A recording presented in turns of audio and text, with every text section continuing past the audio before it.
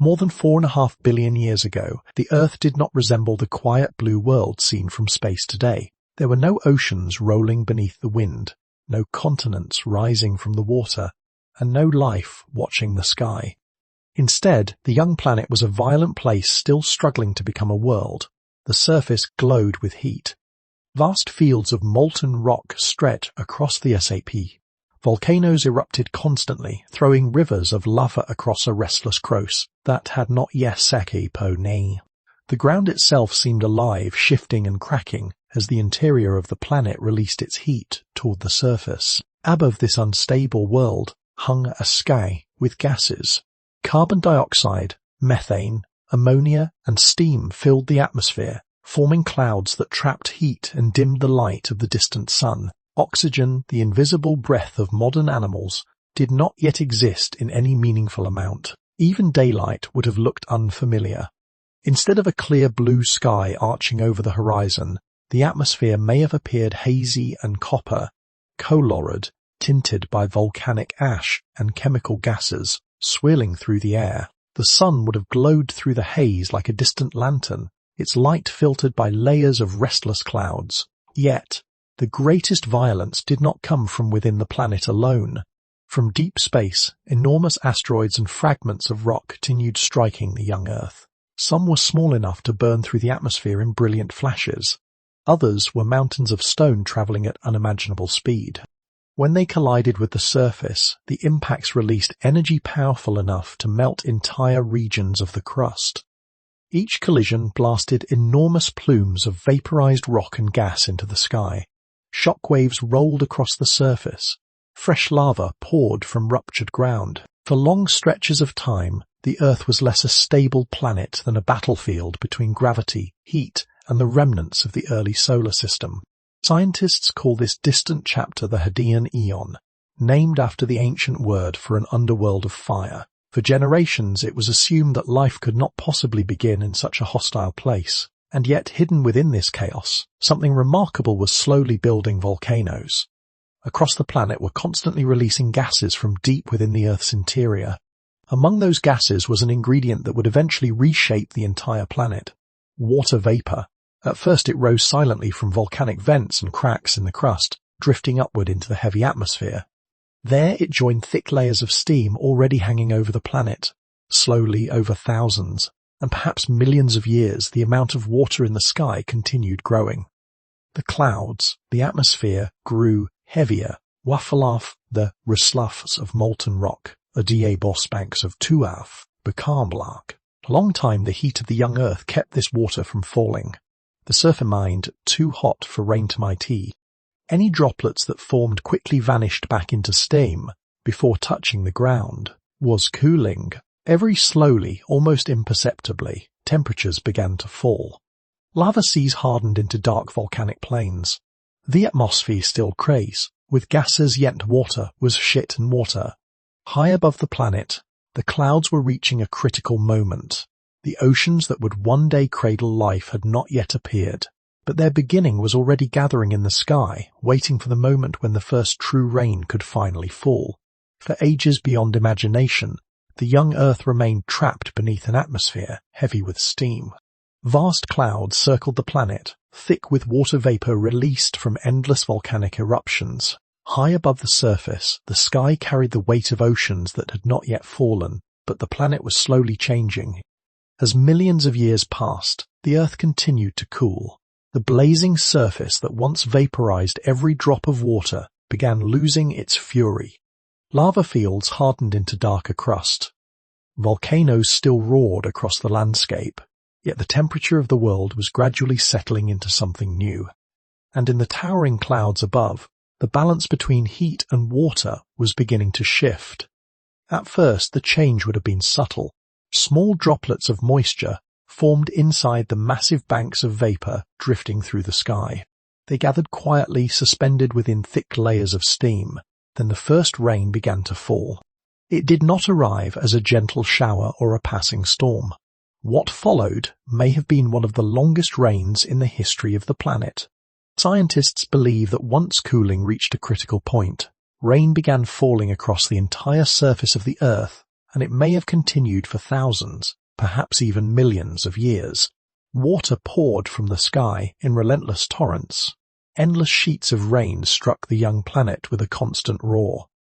The first drops fell onto volcanic rock still warm from recent eruptions. When water touched the surface, it hissed instantly into clouds of steam. It did not stop. Century after century, the storms continued. The atmosphere released the oceans it had been holding since the planet's beginning. Slowly the surface began to change. Ancient impact mined by massive asteroids created deep fots the Sankos the Shing. Tectonic forces pushed and folded the surface, forming low regions where water could collect. As the rains continued, these depressions filled with liquid water. Shallow pools appeared first, scattered across the landscape like mirrors reflecting the dim light of the hazy sky. Over immense spans of time, those pools expanded. Small bodies of water connected into larger ones. Streams formed between rocky valleys carved by endless rainfall. The surface of the earth was went from a world of fire into a world of water. Eventually, the basins grew so large that they became something entirely new, first oceans. Yet these early oceans would not have resembled the blue seas seen today. The water carried enormous amounts of dissolved minerals released from volcanic rock. Iron flowed into the oceans in vast quantities, tinting the water dark shades of green, brown, and deep reddish hues. To any observer standing on those ancient shores, the oceans might have appeared like vast basins of liquid metal rather than clear water. Above them hung an unfamiliar sky. The atmosphere remained thick with volcanic gases, dimming the sunlight that reached the surface. The sun itself would have appeared faint through the haze, casting a muted glow over the restless waters below. But beneath the surface of those strange oceans, something quiet and powerful was beginning. The water was rich with dissolved elements, iron, carbon, nitrogen, and countless other chemicals released from the planet's interior. Heat from underwater volcanic vents stirred the depths. Minerals flowed through the ocean floor, interacting with the water in ways that had never occurred before. Everywhere, chemistry was unfolding. The oceans had become an enormous natural laboratory. Within their depths, countless chemical reactions were occurring every moment. Molecules collided, separated, and recombined in endless combinations. Energy from lightning, volcanic heat, and radiation from the sun constantly stirred the environment. Most of these reactions led nowhere. Molecules formed briefly and disappeared again into the vast ocean. Yet within this chemical chaos, something remarkable was slowly approaching. The oceans were no longer simply water filling ancient basins. They had become a place where the building blocks of life could begin gathering, combining, and transforming. And somewhere within these mineral-rich waters, chemistry was beginning to organize itself in ways the planet had never seen before. With the oceans now spread across much of the planet, the Earth had entered a quieter chapter of its long formation. The violent bombardments of the early ages had begun to fade. The surface still carried scars of ancient impacts, and volcanoes still rose from the restless crust. Yet the world was no longer a battlefield of constant fire. It had become something else. A vast chemical world. The young oceans stretched across enormous basins beneath a sky still thick with unfamiliar gases. Within those waters drifted a mixture of simple molecules released from volcanic rock and the atmosphere above. Hydrogen, methane, carbon dioxide, and ammonia moved freely through the warm seas, dissolving, reacting, and recombining in endless variations. At first glance, nothing about this strange mixture would have seemed alive. Yet the ingredients were slowly gathering. Energy flowed constantly into the system. Lightning storms cracked across the darkened skies, sending flashes of electrical power into the oceans below. Ultraviolet radiation from the young sun penetrated the atmosphere more easily than it does to land. Deep beneath the surface, volcanic heat seep upward from the planet's yaw. The oceans were not calm pools of water. They were active environments filled with movement, energy, danger. Every moment molecules collided and rearranged themselves into new forms. Of these kalkas were motors. Structures formed briefly and then dissolved again, lost within the immense volume of the oceans. But occasionally something slightly more complex appeared, milder and more intricate than the ones that came before. Modern laboratory experiments offer clues about what may have been happening in those ancient waters. When scientists recreate conditions similar to early Earth, mixing simple gases and exposing them to energy sources like electricity, they observe something remarkable. Organic molecules begin to appear. Among them are amino acids, the small but essential components used by living organisms to build proteins. These molecules are part of the machinery that keeps cells alive today. In other words, the building blocks of biology can emerge naturally from chemistry alone. But forming the ingredients for life is only the beginning of the mystery. Amino acids drifting through water are not alive. Complex molecules by themselves do not reproduce or evolve. Something far more sure had to happen before life could truly begin. The question that continues to puzzle scientists is how simple chemistry into biology. How did lifeless molecules begin organizing themselves into systems capable of copying their own structure? Some researchers believe the answer may lie far from the ocean surface, in places hidden deep beneath the waves. Along the ancient seafloor, cracks in the Earth's crust allowed hot mineral-rich water to flow continuously into the surrounding ocean. These places are known today as hydrothermal vents. Even now, they form strange environments where superheated water mixes with cold seawater, creating towers of minerals that rise like underwater chimneys. Around these vents, natural chemical gradients appear. Minerals crystallize into tiny chambers and porous structures within the rock. Water moves through these spaces carrying dissolved chemicals from the surrounding ocean. These conditions may have created something extraordinary. Within these tiny mineral chambers, molecules could have become concentrated, rather than drifting freely through the vast ocean. Reactions that would normally disperse might have repeated again and again inside these microscopic spaces. Tiny chemical networks may have formed. Most would have failed, collapsing into simpler forms and disappearing without a trace. But perhaps somewhere within that hidden environment, one network behaved differently. Instead of fading away, it copied itself. A structure formed that could reproduce its pattern using the materials surrounding it. When new molecules joined the system, the structure rebuilt itself again and again. For the first time in Earth's history, chemistry may have begun to imitate life. Somewhere in the dark oceans of the ancient world, a group of molecules may have done something no chemistry had ever done before. It made a copy of itself, and once copying began, the long process of evolution could finally start shaping the future of life on Earth. By the time Earth's oceans had settled into their vast basins, the planet had already travelled an extraordinary distance from its violent beginnings. The surface was no longer dominated by endless lava and constant asteroid impacts. Instead, oceans rolled quietly beneath a heavy sky, and within those waters something subtle had begun to unfold. For countless ages the seas had been filled only with chemistry. Molecules collided, separated and recombined in endless cycles, driven by lightning volcanic heat and the restless movement of water across the young planet. Most of these reactions vanished as quickly as they appeared.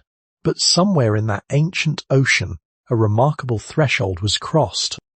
Around 3.5 billion years ago, the first true living cells appeared. These organisms were incredibly simple by modern standards. Scientists call them prokaryotes, microscopic cells that lacked many of the complex structures found inside modern life. They had no nucleus to protect their genetic material and few internal components to organize their chemistry. Yet despite their simplicity, they possessed a feature that would forever change the course of the planet. They could reproduce. Inside each tiny cell existed a fragile set of instructions that allowed it to create a copy of itself. When conditions were favorable, a cell could divide into two identical cells. Those cells could divide again, and then again, spreading slowly through the surrounding water. At first, these organisms would have been unimaginably small. Even today, a single drop of seawater can contain millions of microbial cells. In the ancient oceans, the earliest organisms may have been even smaller and more delicate. To any observer standing on the shores of that distant world, nothing would have appeared different. The seas would have looked empty and silent, their surfaces disturbed only by wind and waves. Yet within the water, life had quietly begun. Once reproduction entered the story, something new followed close behind: variation. Not every cell was perfectly identical to its parent. Small differences appeared as cells copied their genetic instructions. Some of these variations changed how organisms interacted with their environment. A slight advantage in gathering nutrients or surviving harsh conditions could allow one cell to multiply more successfully than another. Over immense spans of time, these tiny differences accumulated. This process, known today as natural selection, began guiding the evolution of life. Cells that adapted more effectively to their surroundings spread through the oceans, while others faded away. Slowly, the microbial world diversified into many different forms, each exploring a slightly different way of surviving in the ancient seas. Although these organisms left few traces behind, the planet preserved faint evidence of their existence. Some of the most remarkable clues appear in structures known as stromatolites. These formations are layered mounds of rock created when communities of microbes trap tiny grains of sediment within sticky films that coat their surfaces. Over time, new layers accumulate as the microbes continue growing and capturing particles drifting through the water. The result is a fossil record built not from bones or shells, but from the quiet activity of microscopic life. Some of the oldest stromatolites discovered on Earth are more than 3 billion years old. They have been found in ancient rock formations in places like Western Australia and Greenland, offering a rare glimpse into a time when life existed only as simple cells. Looking at these structures today, it can be difficult to imagine the world they represent. They are small, weathered formations of stone, easily overlooked among the surrounding rocks. Yet their significance is enormous. Before these organisms appeared, Earth was governed entirely by physical and chemical processes. The oceans were simply mixtures of water and minerals moving across the planet's surface. But once the first cells began dividing and spreading through the seas, the nature of the world changed. Earth had entered the age of biology. First successful organisms were so small that billions could exist in a single handful of seawater, yet their quiet presence marked the beginning of a transformation that would eventually reshape the atmosphere, the oceans, and the surface of the planet itself. And these early cells were only the beginning. Among their descendants, some would soon evolve a new ability that would slowly ocean the air above them, setting the stage for the next great chapter in the history of life. Hundreds of millions of years after the first living cells appeared, the oceans-bound world dominated. These early organisms drifted through ancient seas, gathering energy from chemicals dissolved in the water around them. It was a slow existence shaped by whatever resources the environment provided. But evolution rarely stands still. Among the countless populations of microbes spreading through the oceans, some began exploring a different strategy for survival. Instead of relying entirely on chemical energy from their surroundings, certain organisms discovered a new source of power that had always been present above them: sunlight. In the shallow waters near the surface where light could still penetrate the ocean, these microorganisms began using the sun's energy to fuel their internal chemistry. Through a complex series of reactions, they learned how to capture sunlight and use it to transform simple substances into the energy needed to survive. These organisms were the ancestors of what scientists now call cyanobacteria. Their discovery, if it can be called that, was one of the most important turning points in the history of life. For the first time, living organisms were drawing their energy directly from the sun rather than from the limited chemical reactions occurring in the water. The process is known today as photosynthesis. Using sunlight, water, and carbon dioxide, these microbes created the molecules that powered their cells. The reaction was elegant and efficient, allowing them to thrive in places where sunlight reached the sea. Yet this innovation carried a side effect. A gas was released during the process. At the time, it meant nothing to the tiny organisms producing it. They simply expelled the extra material into the surrounding water. That gas was oxygen.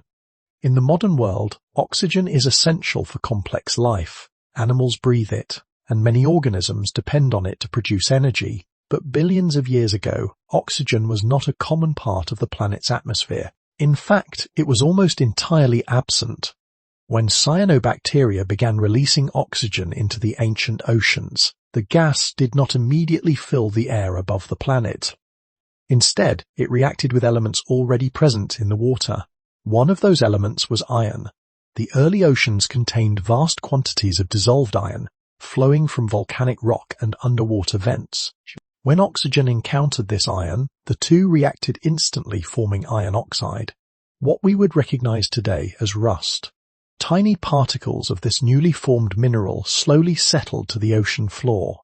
Layer upon layer accumulated across the seabed, building enormous deposits of iron-rich rock. These formations, known today as banded iron formations, still exist in ancient geological layers around the world. For millions of years, this process quietly continued.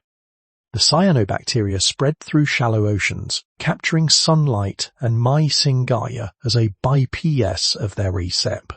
The oceans absorbed the gas, locking it away within iron posits that slowly belve. To the microbes themselves, nothing seemed unusual. They had simply found a more effort energy. But the balance of the planet was slowly shifting. Eventually, the oceans and the rocks beneath them could no longer absorb all the oxygen being produced. The iron in the water was gradually used up, with fewer chemical reactions available to trap the gas. Oxygen began lingering longer within the oceans. Then, slowly, it began escaping into the atmosphere. For the first time in Earth's history, oxygen was becoming part of the air. This transformation did not happen suddenly. It unfolded across millions of years, almost invisibly to the organisms responsible for it. Yet its consequences would become enormous. The first organisms that used sunlight had accidentally begun altering the chemistry of an entire planet. And what followed would become one of the most dramatic turning points in the history of life. Because as oxygen continued accumulating in the oceans and the atmosphere, many early organisms faced a problem they had never encountered before. For them, oxygen was not a gift, it was a poison. For millions of years, the tiny architects of photosynthesis continued their quiet work beneath the ocean surface. Cyanobacteria spread across shallow seas, forming mats that flow day all our fay. Each day, under the dim light of the young sun, they captured sunlight and converted it in energy. And with every cycle of that reaction, they released a small amount of oxygen into the water around them. At first, the planet easily absorbed these changes. Oxygen reacted quickly with the iron dissolved in the oceans, forming rust-like minerals that drifted slowly toward the seafloor. These minerals accumulated in thick layers, building geological formations that still exist today as silent records of an ancient transformation. But the balance could not hold forever. As cyanobacteria continued multiplying, the amount of oxygen they released began to exceed what the oceans could absorb. Gradually, the chemistry of the seas started to change. Oxygen concentrations rose in waters that had once been entirely free of it. For many of the organisms living in those early oceans, this change was catastrophic. The earliest life forms had evolved in a world without oxygen. Their internal chemistry depended on delicate reactions that worked only in environments where oxygen was absent. To them, the gas was not a source of energy or survival.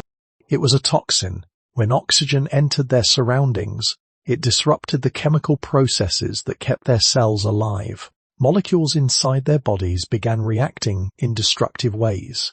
Cellular systems failed. Populations that had thrived for millions of years suddenly found themselves living in an environment that was becoming hostile. Across vast stretches of the oceans, entire microbial communities began disappearing. The transformation did not happen overnight. It unfolded slowly across immense periods of time. Yet the result was one of the earliest ecological crises the planet had ever experienced. Scientists today call this turning point the Great Oxygenation Event. It marked the moment when life itself began reshaping the atmosphere and oceans of Earth in ways that few organisms could survive. The irony is difficult to overlook. The same organisms responsible for this transformation were not predators or conquerors. They were simple microbes performing a process that allowed them to gather energy from sunlight.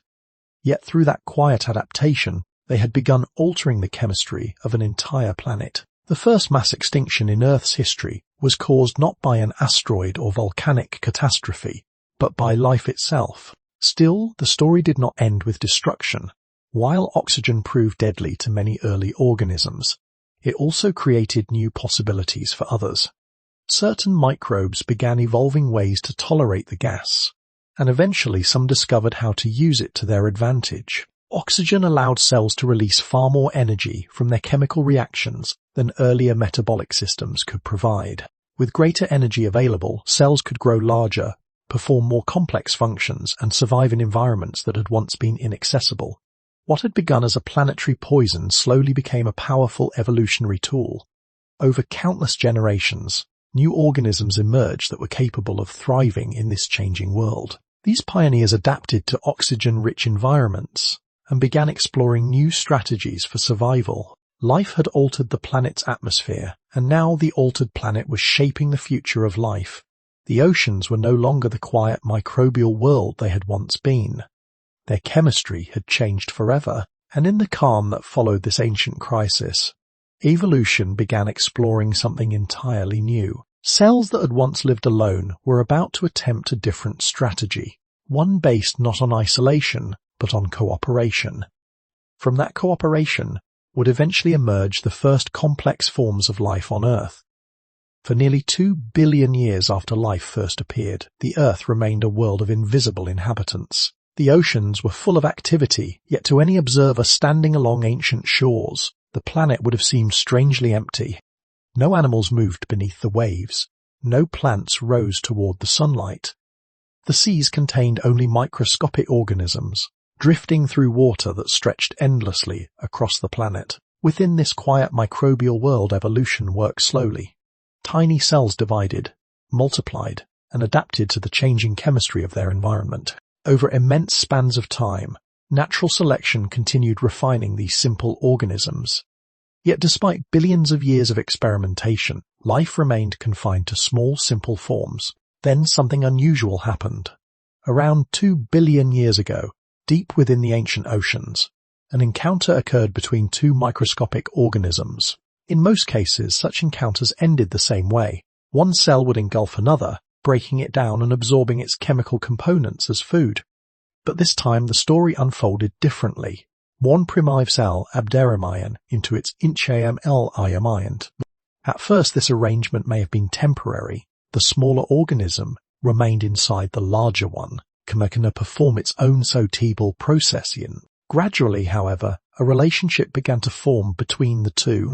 The internal bacterium produced energy through chemical reactions far more efficiently than the host cell could manage alone. That energy helped power the larger cell, allowing it to survive more effectively in its environment. In return, the host cell provided protection and access to nutrients. Over time, the partnership became permanent. The smaller organism lost its independence and became a specialized component living inside the larger cell. Its role was no longer its own, but lost its independence. This unusual cooperation created something entirely new. The first eukaryotic cell, like its wells, power structure. These compartments allowed different chemical reactions to occur in organized ways.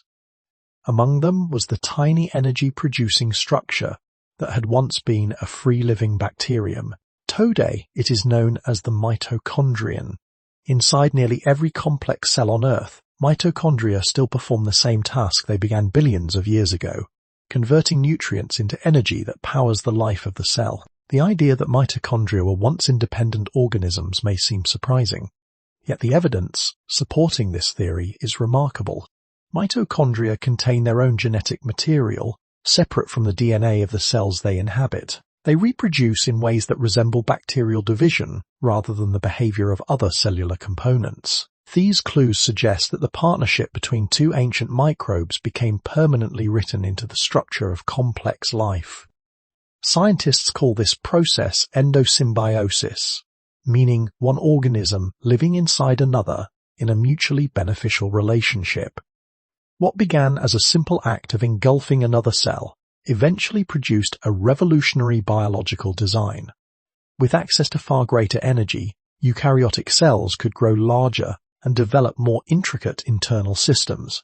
They were capable of performing tasks that simpler cells could never manage.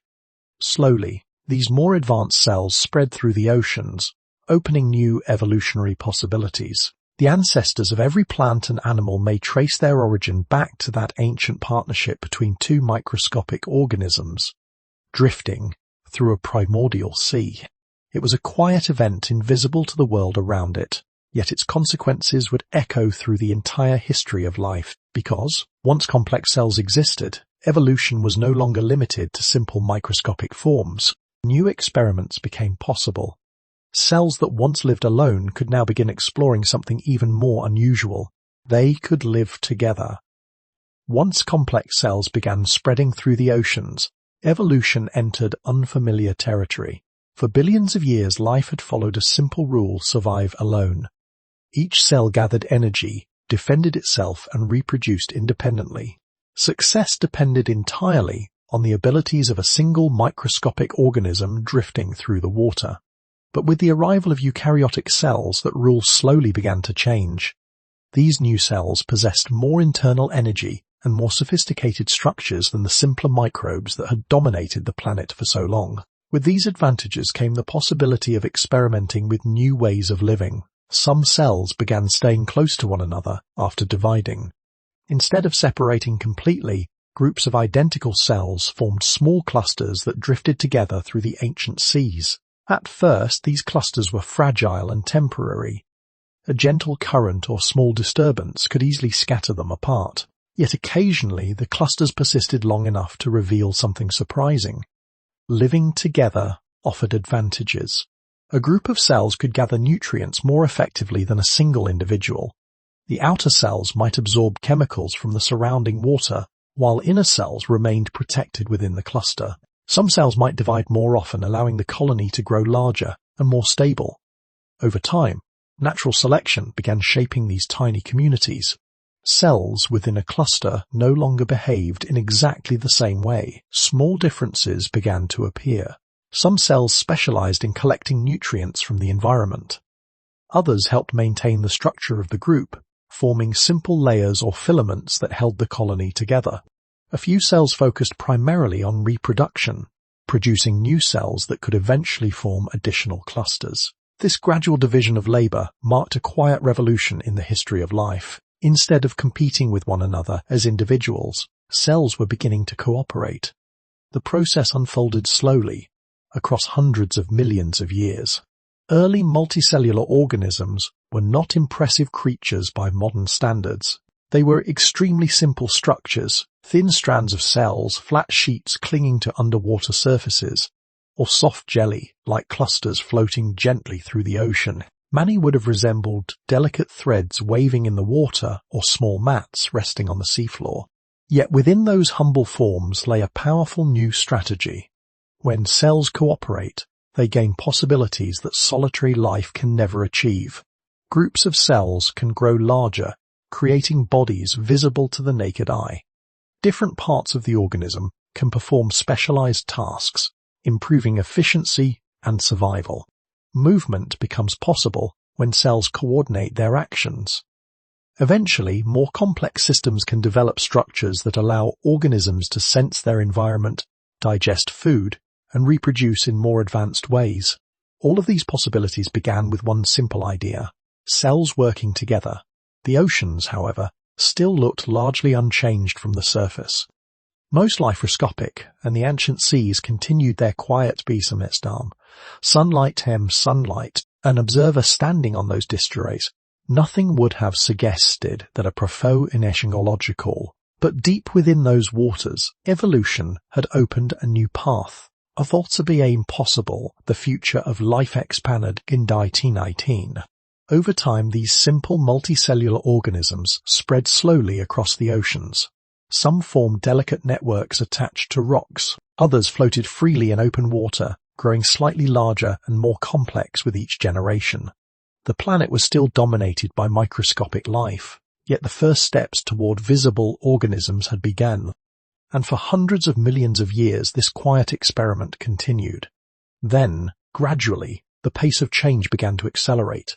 Evolution, which had once moved with patient slowness, started producing new forms of life at an astonishing rate. Something extraordinary was about to unfold in the ancient oceans.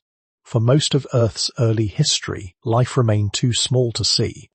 The oceans were full of activity, yet that activity belonged almost entirely to Pepazop, rifting through the water, or Flacniti. Even after multicellular life began experimenting with cooperation, the whirl of animals had not yet evolved. Then, around 600 million years ago, something unusual, immersions. For the first time in the history of the planet, organisms began growing large enough to be seen without a microscope. This era is known today as the Ediacaran period, named after the Ediacara Hills of Australia, where some of the first fossils from this mysterious world were discovered. The creatures preserved in those rocks reveal an ecosystem unlike anything that exists today. These organisms did not resemble fish, insects, or even simple animals familiar to modern life. Many of them had soft bodies shaped like flattened discs, pressed gently against the seafloor. Others appeared like delicate fronds rising upward into the water, almost resembling underwater plants swaying in slow currents. Some looked like elongated leaves divided into repeating segments, forming patterns that seemed strangely symmetrical. Their bodies often displayed quilted textures, rows of soft compartments arranged in precise geometric shapes. To modern eyes, these creatures can appear almost alien. Unlike most later animals, they possessed no hard skeletons, no shells, and no teeth. Their bodies were soft and delicate, composed of tissues that left only faint impressions in ancient sediments when they died. Because of this, their fossils are rare and often difficult to interpret. Many appear only as subtle outlines pressed into rock layers that formed hundreds of millions of years ago. Yet those faint traces reveal something extraordinary. Across ancient ocean floors, entire communities of these strange organisms once thrived. They spread across wide areas, forming quiet ecosystems, resting on soft sediments beneath shallow seas. Some species remained anchored to the seafloor, absorbing nutrients directly from the surrounding water. Others may have floated gently above the sediment, lifting their bodies into slow-moving currents that carried microscopic food particles past their surfaces. Unlike later animals, many Ediacaran organisms appear to have lived in a world without active predators. There is little evidence of biting, tearing, or hunting within these early ecosystems. Life during this time seems to have followed a slower rhythm. The seafloor was covered in microbial mats, thin layers of bacteria that formed sticky surfaces across the sediment. Many Ediacaran organisms likely lived directly on top of these mats, drawing nutrients from them or filtering particles drifting through the water. Yet despite decades of research, scientists still debate what these creatures actually were. Some researchers believe certain Ediacaran organisms represent the earliest ancestors of modern animals, primitive forms that would eventually give rise to later evolutionary lineages. Others suggest many of these species belong to entirely separate branches of life experiments in multicellular organization that left no modern descendants. In other words, some of the earliest large organisms on Earth may represent evolutionary paths that vanished completely. This uncertainty only deepens the mystery of the Ediacaran seas. Some of the first large creatures on Earth look so unusual that scientists still debate whether they belong to the animal kingdom at all. For millions of years, these strange life forms quietly populated the oceans. Their soft bodies covered seafloors across much of the planet, forming ecosystems that had never existed before. This calm and unfamiliar world would not last. The Ediacaran organisms were only the beginning of something far more dramatic. Within our short span of suddenly Hupal Logan would suddenly Folacan. Oceans were about to erupt with new forms of life in one of the most astonishing transformations the planet had ever witnessed. For hundreds of millions of years, the oceans had followed a quiet rhythm. Soft-bodied organisms rested on ancient seafloors, microbial mats spread across sediments, and delicate Ediacaran life forms drifted slowly through shallow waters. Evolution moved patiently, producing new variations but rarely dramatic change. Then around 541 million years ago, something extraordinary happened. Life accelerated.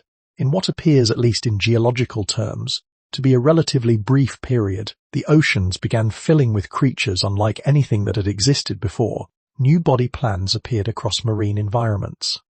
Animals evolved structures that allowed them to move, sense their surroundings, and interact with the world in ways earlier organisms could not. This event is known as the Cambrian Explosion. For billions of years, life had remained mostly simple, composed of microscopic cells or soft-bodied organisms resting quietly on the seafloor. But during the Cambrian period, evolution seemed to experiment with astonishing creativity.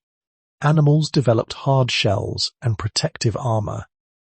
Others evolved flexible bodies designed for swimming through open water. Some species grew jointed limbs that allowed them to crawl across the seabed, while others burrowed beneath sediments in search of food or safety. The oceans were no longer silent microbial worlds. They had become ecosystems. Evidence of this transformation appears in remarkable fossil deposits discovered in places like the Burgess Shale in Canada and the Chengjiang fossil beds in China. These sites preserve ancient organisms with extraordinary detail, allowing scientists to glimpse a world that once thrived more than 500 million years ago. Within those rocks lie fossils of creatures that seem almost fantastical. Some animals possess mented bodies covered tc adong, spanay as amt linkages that may have helped them capture food. Many had compound eyes, complex visual organs, capable of detecting movement in tea and underwater light. For the first time in Earth's history, animals were beginning to sense their environment with increasing precision. Movement also became more sophisticated. Some species crawled across the seafloor using multiple legs. Others propelled themselves through the water with rhythmic motions of flexible bodies or fin-like structures. These innovations allowed organisms to explore new environments within the ocean, instead of remaining anchored to the seabed or drifting passively with currents. Animals could actively move through their surroundings. As they did, new relationships began forming between species. Some animals filtered microscopic particles from the water, feeding on plankton drifting through ancient seas. Others scraped microbial mats from the seafloor. A few developed specialized appendages capable of grasping or manipulating objects. Evolution appeared to be testing countless possibilities. Many of the body plans that appeared during this time would eventually give rise to modern groups of animals. Arthropods, mollusks, early vertebrates, and numerous other lineages trace their origins back to these early Cambrian experiments. Yet, for all that scientists have learned about this period, the reasons behind this sudden burst of complexity remain a subject of debate. Why did evolution accelerate so dramatically after billions of years of relative simplicity? Some researchers suggest that rising oxygen levels allowed organisms to develop larger bodies and more complex metabolisms. Others believe genetic innovations provided the flexibility needed to build entirely new anatomical structures. Still others point to changes in ocean chemistry or environmental conditions that may have encouraged diversification. Whatever the cause, the result was undeniable. The oceans had transformed into vibrant, dynamic environments, filled with animals exploring new ways of living. For billions of years life remained simple. Then suddenly the seas were alive with motion, form, and experimentation. But the most dramatic change had not yet arrived. Among the many new designs appearing in Cambrian oceans, one innovation would reshape marine ecosystems more profoundly than any other. For the first time in the history of life, animals began hunting each other. For much of Earth's early history, life had existed in a strangely peaceful world. Organisms gathered nutrients from their surroundings, filtered particles drifting through the water, or absorbed chemicals from microbial mats covering the seafloor. Movement was limited, and interactions between species rarely ended in violence. But the Cambrian oceans were beginning to change. Among the many new creatures appearing during this period, some evolved a radical new strategy for survival. Instead of feeding on microscopic particles or passive sources of energy, they began capturing and consuming other animals. Predation had arrived. This single innovation transformed marine ecosystems in ways that would ripple across the entire history of life. Once animals began hunting each other, survival required more than simply finding food or reproducing successfully. Organisms now needed defenses. They needed speed, They needed awareness of danger in a world that had suddenly become far less forgiving. One of the most remarkable predators from these early oceans was a creature known as Anomalocaris. Its modern Archaris appears almost otherworldly. Foscova in the Bergenanimo possessed a long, flexible body with flaps along its sides that allowed it smoothly through water. At its front extended two large grasping appendages lined with spines-perfect tools for seizing press. At the center of its head sat a circular mouth composed of hard plates arranged like the blades of a mechanical device. For the Cambrian seas, Anomalocaris was enormous. Some individuals grew more than 1/2 meter long, making them giants in an environment where many animals measured only a few centimeters. Its compound eyes, perched on stalks above the head, provided wide fields of vision, allowing the animal to detect movement in the dim underwater world. With speed, vision, and specialized appendages, Anomalocaris was one of the earliest known active predators. The arrival of creatures like this changed everything. Once hunting became possible, other organisms were forced to respond. Prey species that lacked defenses quickly disappeared, while those with even small advantages began to thrive. Hard shells began appearing among many marine animals. These structures acted as armor, protecting soft bodies from crushing jaws or grasping limbs. Some creatures evolved long spines protruding from their bodies, making them difficult to swallow. Others developed the ability to burrow into the seafloor. Instead of resting openly on sediments, these animals tunneled beneath the surface where predators had more difficulty reaching them. The seafloor itself began changing as burrowing organisms churned the sediment, creating complex habitats hidden beneath the ocean floor. Movement also improved.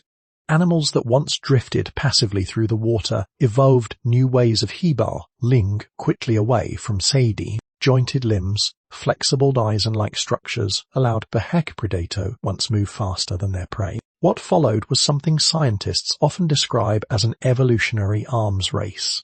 Predators developed better tools for hunting, sharper endages, stronger, improved sensors.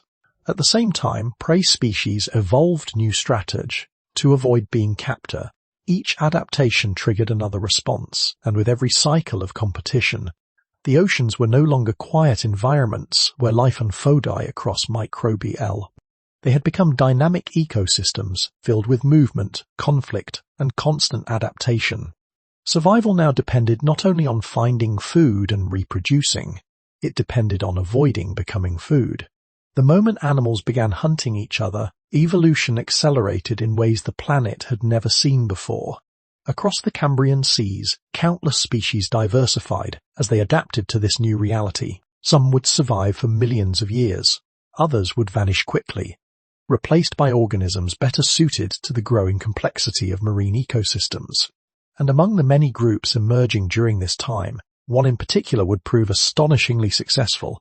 Armored, adaptable, and remarkably resilient, these creatures would spread across the oceans and dominate marine environments for hundreds of millions of years. As the Cambrian seas filled with new life, certain creatures began rising above the rest in both numbers and influence. Among the most remarkable of these early animals were the trilobites, marine arthropods whose story would stretch across an astonishing span of time. To modern eyes, trilobites appear both familiar and strange. Their bodies were divided into distinct segments, forming a shape that almost resembles a living shield. Each individual was protected by a hard outer shell known as an exoskeleton, a structure that provided both defense and support. Running down the length of the body were 3 distinct lobes, one central ridge and 2 side sections, from which the trilobite takes its name. This armor offered protection in a world where predators were becoming more capable and numerous. But trilobites were more than simply well protected. They were highly adaptable. Their bodies allowed them to move easily across the seafloor, where many species spent their time searching for food among sediments and microbial layers. Some crawled slowly along ancient ocean floors, using numerous small legs hidden beneath their shells to stir through the soft mud. Others appear to have been capable swimmers. Certain trilobites possessed body shapes that suggest they could glide through the water column, perhaps escaping predators or searching for new feeding grounds. Their flexibility allowed them to navigate an environment that was becoming increasingly dynamic as Cambrian ecosystems expanded. One of their most remarkable features lay in their eyes. Many trilobites possess large compound eyes made from numerous tiny lenses arranged in precise geometric patterns. These structures allowed them to detect movement and light even in the dim underwater conditions of ancient seas. Some fossilized trilobite eyes are so well preserved that the individual lenses remain visible after hundreds of millions of years. With protective armor, flexible movement, and advanced vision, trilobites were well equipped to survive in the evolving ecosystems of the Cambrian world. And survive they did. Trilobites spread rapidly through the oceans, diversifying into thousands of different species. Some grew only a few millimeters long, while others reached lengths of several tens of centimeters. Their forms varied widely. Some had smooth shells, others were covered in spines that may have helped persato base. Adapted to different habitats, wave looser waters where sundwe sea flowed. Others lived in deeper marine environments, navigating darker waters where few organisms vetted. Because trilobites possessed hard shells, they fossilized far more easily than many other Cambrian animals. As a result, their remains appear in enormous numbers throughout ancient rock layers around the world. For paleontologists, trilobites provide one of the richest records of early animal life ever discovered. Through their fossils, scientists can trace the long evolutionary story of these remarkable creatures, how they adapted, diversified, and survived across changing oceans for nearly 300 million years. For nearly 300 million years, trilobites ruled the ancient seas long before fish or dinosaurs ever existed. During the immense span of time, the oceans continued evolving. New species appeared, ecosystems became more complex, and life experimented with ever more intricate forms. Trilobites shared their world with early worms, primitive mollusks, and countless other arthropods that crawled, burrowed, and swam through Cambrian waters. The once quiet microbial seas had become vibrant environments, filled with motion and interaction. Life was no longer hidden. It had become visible. Yet even as trilobites flourished across the oceans, evolution was preparing new experiments that would reshape the history of the planet once again. Because the story of ocean life was far from finished, in the chapters that followed entirely new creatures would emerge. Animals with internal skeletons, stronger muscles, and eventually jaws powerful enough to dominate marine ecosystems. And among those animals were the earliest ancestors of creatures that would one day leave the oceans behind.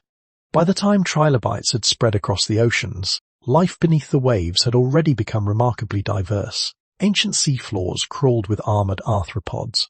Soft-bodied organisms drifted through currents above them, while early predators moved slowly through shallow marine environments in search of food.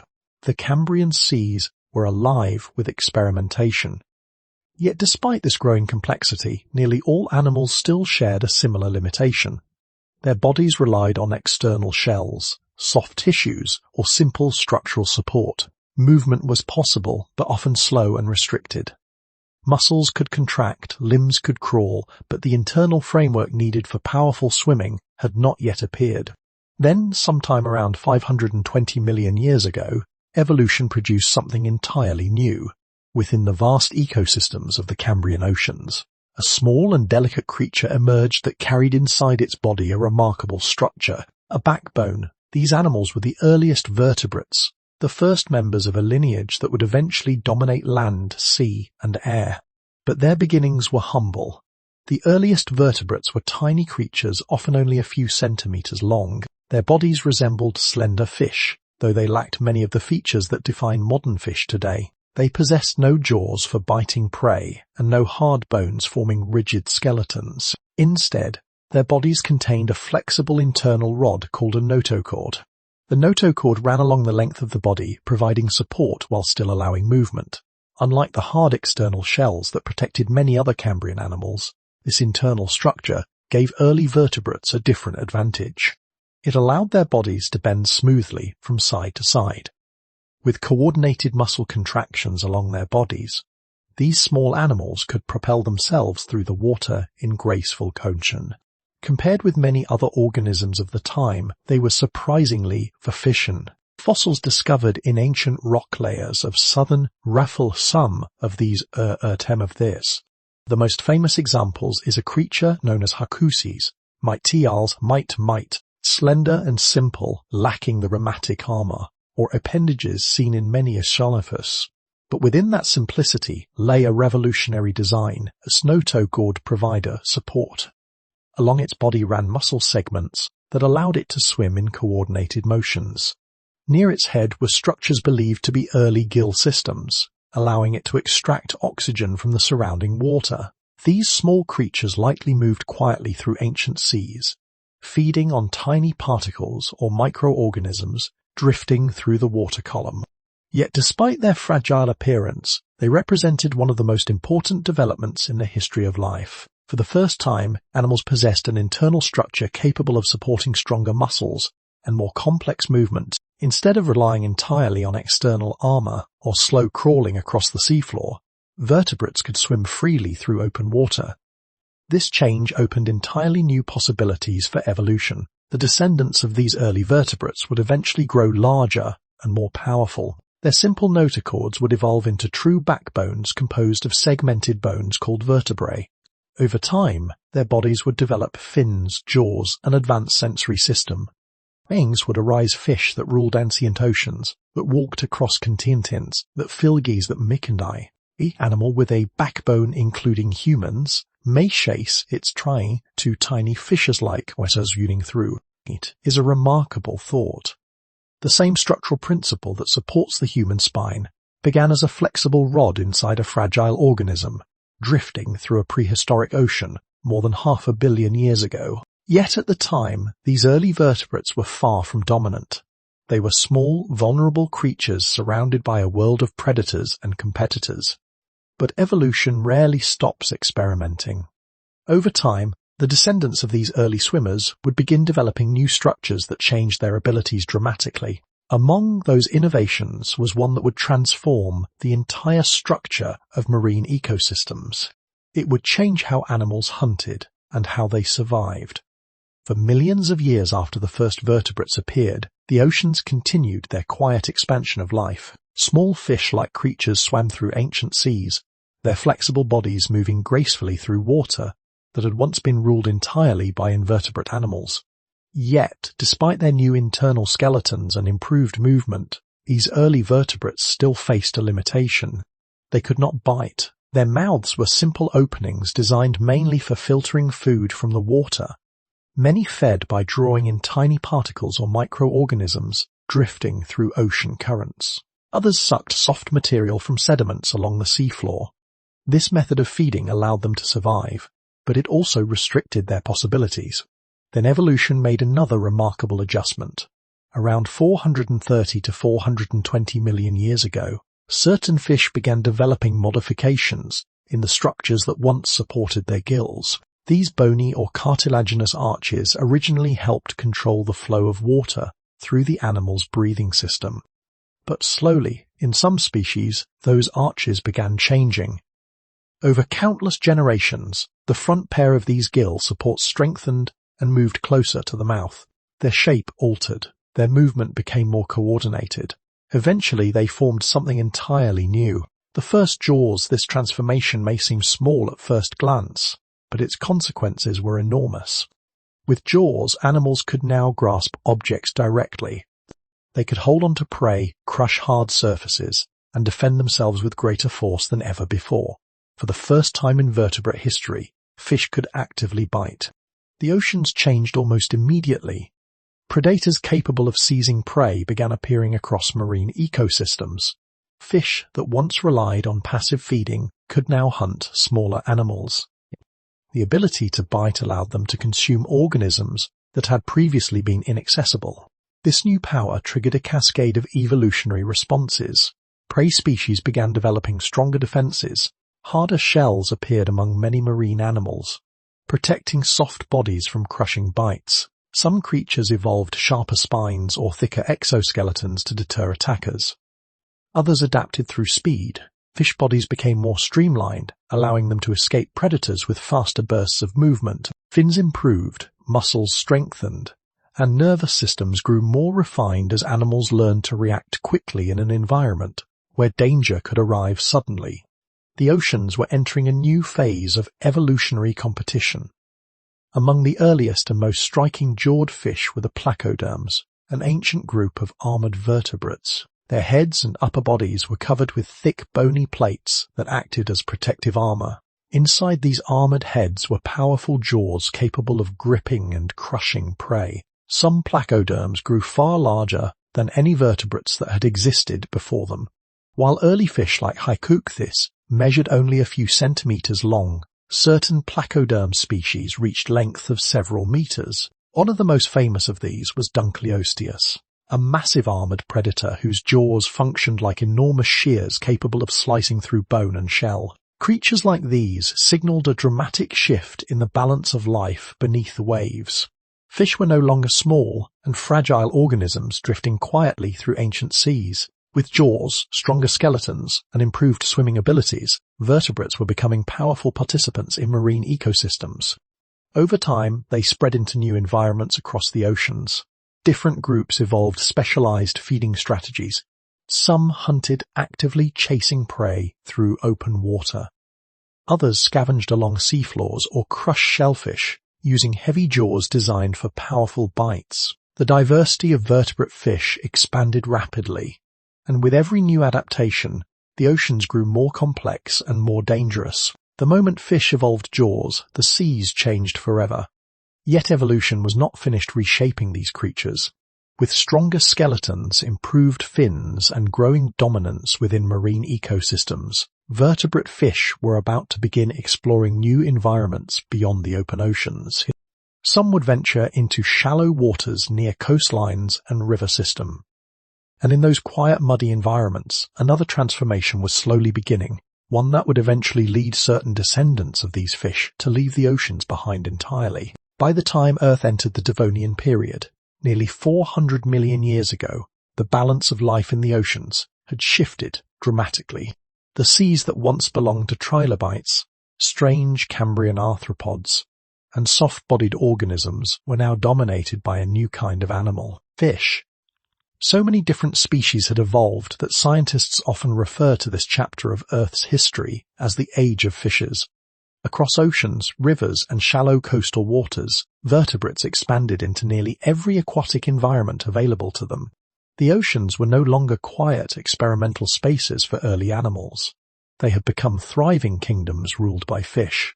Among the most formidable inhabitants of these ancient seas were the placoderms, the armored fish that had first appeared after jaws evolved. Their thick bony plates protected their heads and upper bodies like natural armor. Within those armored skulls lay powerful jaws capable of crushing prey. Some placoderms grew to extraordinary sizes. The most famous among them, Dunkleosteus, was a massive predator that could reach lengths of more than 10 meters. Instead of teeth, its jaws formed sharpened bone plates that functioned like enormous blades slicing through prey with incredible force. In the Devonian oceans, creatures like Dunkleosteus were among the most powerful hunters alive. Yet they were not alone. Alongside the armored placoderms swam a new group of fish whose bodies followed a different design. Instead of heavy bone structures, these fish possessed skeletons made of flexible cartilage. This lighter framework allowed them to move through the water with remarkable speed and agility. These animals were the early relatives of modern sharks. Their streamlined bodies and sensitive sensory systems made them effective predators capable of detecting movement and chemical signals in the water around them. Unlike the slower armored fish, these agile hunters relied on speed and precision to capture prey. The oceans now contabrate. Fruity armatwashame skushaustal spato. Placoceans now contained as Wadi War. Yet among all this diversity, one group of fish faced a feature that would eventually change the future of life on Earth. These were the lobe-finned fish. At a glance they may have appeared similar to many other Damian fish. They bore Vedi bossicomlo t shallow, way hivain smaller, dual, instead of thin, supporting, mighty nalbi, snaudau, in naldus conchols, division halde inalde sind. These bones formed structures that resembled the earliest versions of limbs. The fins connected to the body through strong muscles and joint-like bones, allowing them to move in ways that other fish could not. In water, these fins helped stabilize movement and allowed the fish to maneuver carefully along the seafloor or through dense underwater vegetation. This adaptation was simply another variation in fish anatomy, Mingfolutime, but hidden within those fins was something remarkable. Inside their structure, lufaprit for arms and rec, these internal bones resembled the arrangement that would later appear in the Libai amphibi entwis. Though the fish themselves remained aquatic animals, evolution had unknowingly created a design capable of supporting movement beyond the water. In the quiet wetlands of the Devonian world, places where rivers met shallow coastal lagoons and dense vegetation filled muddy floodplains, these fish lived in environments that constantly shifted between land and water. Sometimes pools dried partially under the heat of the sun. Channels between waterways became shallow or blocked by sediment. Fish living in these places needed ways to navigate difficult terrain and survive changing conditions. Their strong fins helped them push along muddy bottoms or maneuver through tangled vegetation. At first, these abilities simply improved survival in shallow aquatic habitats. Yet over time, some fish began exploring the very edges of the water itself. As they moved through shallow wetlands and flooded forests, the boundary between water and land became less absolute. And in those quiet places far from the deep oceans where fish had first evolved, something remarkable was beginning. Because some of these animals were about to attempt something no creature had ever done before. They were about to leave the oceans. By the late Devonian period, the Earth had become a world very different from the oceans where fish first evolved. Along the edges of continents, vast wetlands stretch for thousands of kilometers. Rivers wandered slowly across low landscapes before emptying into shallow coastal seas. The boundaries between land and water were often unclear, with seasonal floods and change in fair. These regions were neither fully ocean nor dry land, were a complicated mixture. Water sometimes covered the land for weeks, then slowly retreated, isolated potter across the scape. For many fish, these wetlands created an environment filled with opportunity. Shallow waters often contained abundant food. Insects and small aquatic animals gathered near the edges of rivers. Organic material washed in from surrounding fating of smaller organisms. But these environments were also unpredictable. Holes cut off from flowing rivers could fall quickly. During dry periods, shallow water sometimes evaporated or drained away, leaving fish trapped in shrinking ponds. For animals that depended entirely on gills to breathe underwater, these conditions could become deadly. Yet some fish possessed features that gave them an advantage in these unstable environments. Among them were the lobe-finned fish that had already spread across Devonian waterways. Unlike most fish, their fins were not delicate fans of thin rays. Instead, each fin contained strong internal bones connected to powerful muscles. These structures allowed them to move in ways that other fish could not. Rather than relying solely on swimming, lobe-finned fish could push themselves slowly along muddy bottoms. Their muscular fins pressed against the sediment, giving them a limited ability to crawl across shallow surfaces or maneuver through dense underwater plants. At first, this ability simply helped them survive in complex wetland habitats. But evolution rarely stops with small advantages. Over time, these fins became stronger and more flexible. The bones inside them developed joint-like connections that allowed greater movement. What had once been simple fins began resembling primitive limbs, capable of supporting the animal's weight in shallow water. Some species evolved another unusual feature. In addition to their gills, they developed structures similar to lungs, organs capable of absorbing oxygen directly from the air. When water conditions became poor, these fish could rise to the surface and gulp air, supplementing the oxygen they received from their gills. This adaptation allowed them to survive in places where other fish would suffocate. In quiet wetlands where pools shrank and oxygen levels dropped, the ability to breathe air could mean the difference between life and death. Slowly, across countless generations, these traits became more refined. The fins grew sturdier, muscles strengthened, lung-like organs improved their ability to extract oxygen from the air above the water's surface. None of these changes happened suddenly.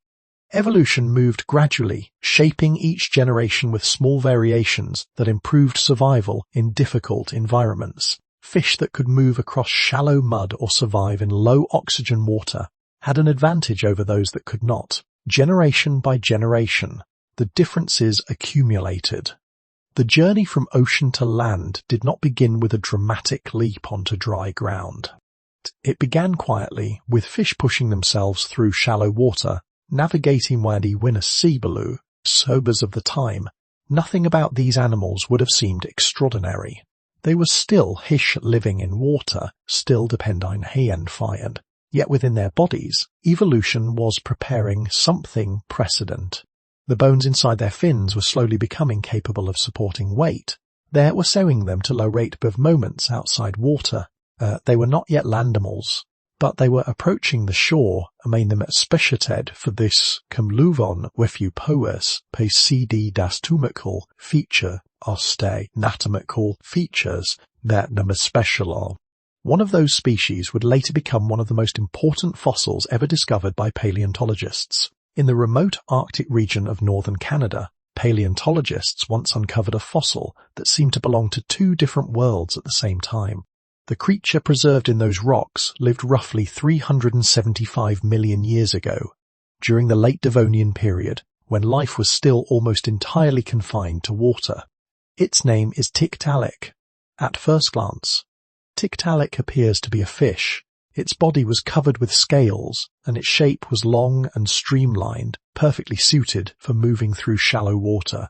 It possessed fins rather than legs, and it likely spent much of its life swimming through ancient river channels and wetlands. Yet when scientists began examining its skeleton more closely, something unexpected appeared. Inside those fins were bones arranged in patterns strikingly similar to the limbs of land animals. The fin of Tiktaalik contained structures that resembled a shoulder, elbow, and wrist. These joints allowed the fin to bend and support the animal's weight when pressed against solid surfaces. Unlike most fish fins, which collapse easily under pressure, Tiktaalik's limbs were strong enough to hold part of its body above the ground or the bottom of a shallow pool. Tiktaalik could do something few fish could manage. It could push itself up. Vishalath of Esero undeng theferdundings. Could its body against surfaces, perhaps bolle, they could puff the water line. In the tangled wetlands of the Devonian world, this ability would have been extremely useful. Basuptus did not stop there. The skull of Tiktaalik revealed another unusual feature. Most fish have heads that are firmly attached to their bodies. When they want to change direction, their entire body must move. Tiktaalik, however, possessed a neck, a flexible connection between the skull and the body that allowed it to turn its head independently. This simple ability would later become essential for animals living on land. In addition to these skeletal features, evidence suggests that Tiktaalik possessed both gills and lungs. While it could breathe underwater like other fish, it also had the ability to absorb oxygen directly from the air. This dual breathing system allowed it to survive in environments where oxygen levels in the water fluctuated dramatically. During the Devonian period, wetlands were often unstable habitats. Pools could become stagnant or dry out entirely during certain seasons. In such conditions, the ability to breathe air offered a powerful advantage. Tiktaalik appears perfectly adapted for life in these transitional environments. It likely lived in extremely shallow water, where rivers spread into broad floodplains filled with vegetation and soft sediments. In these places it could swim when water was deep enough, but also crawl slowly along muddy bottoms when necessary. Its strong fins helped it navigate obstacles. Its neck allowed it to scan the environment above the water's surface. Its lungs allowed it to survive when oxygen levels in the water dropped. Tiktaalik was not fully fish, and it was not yet a land animal. It existed somewhere in between.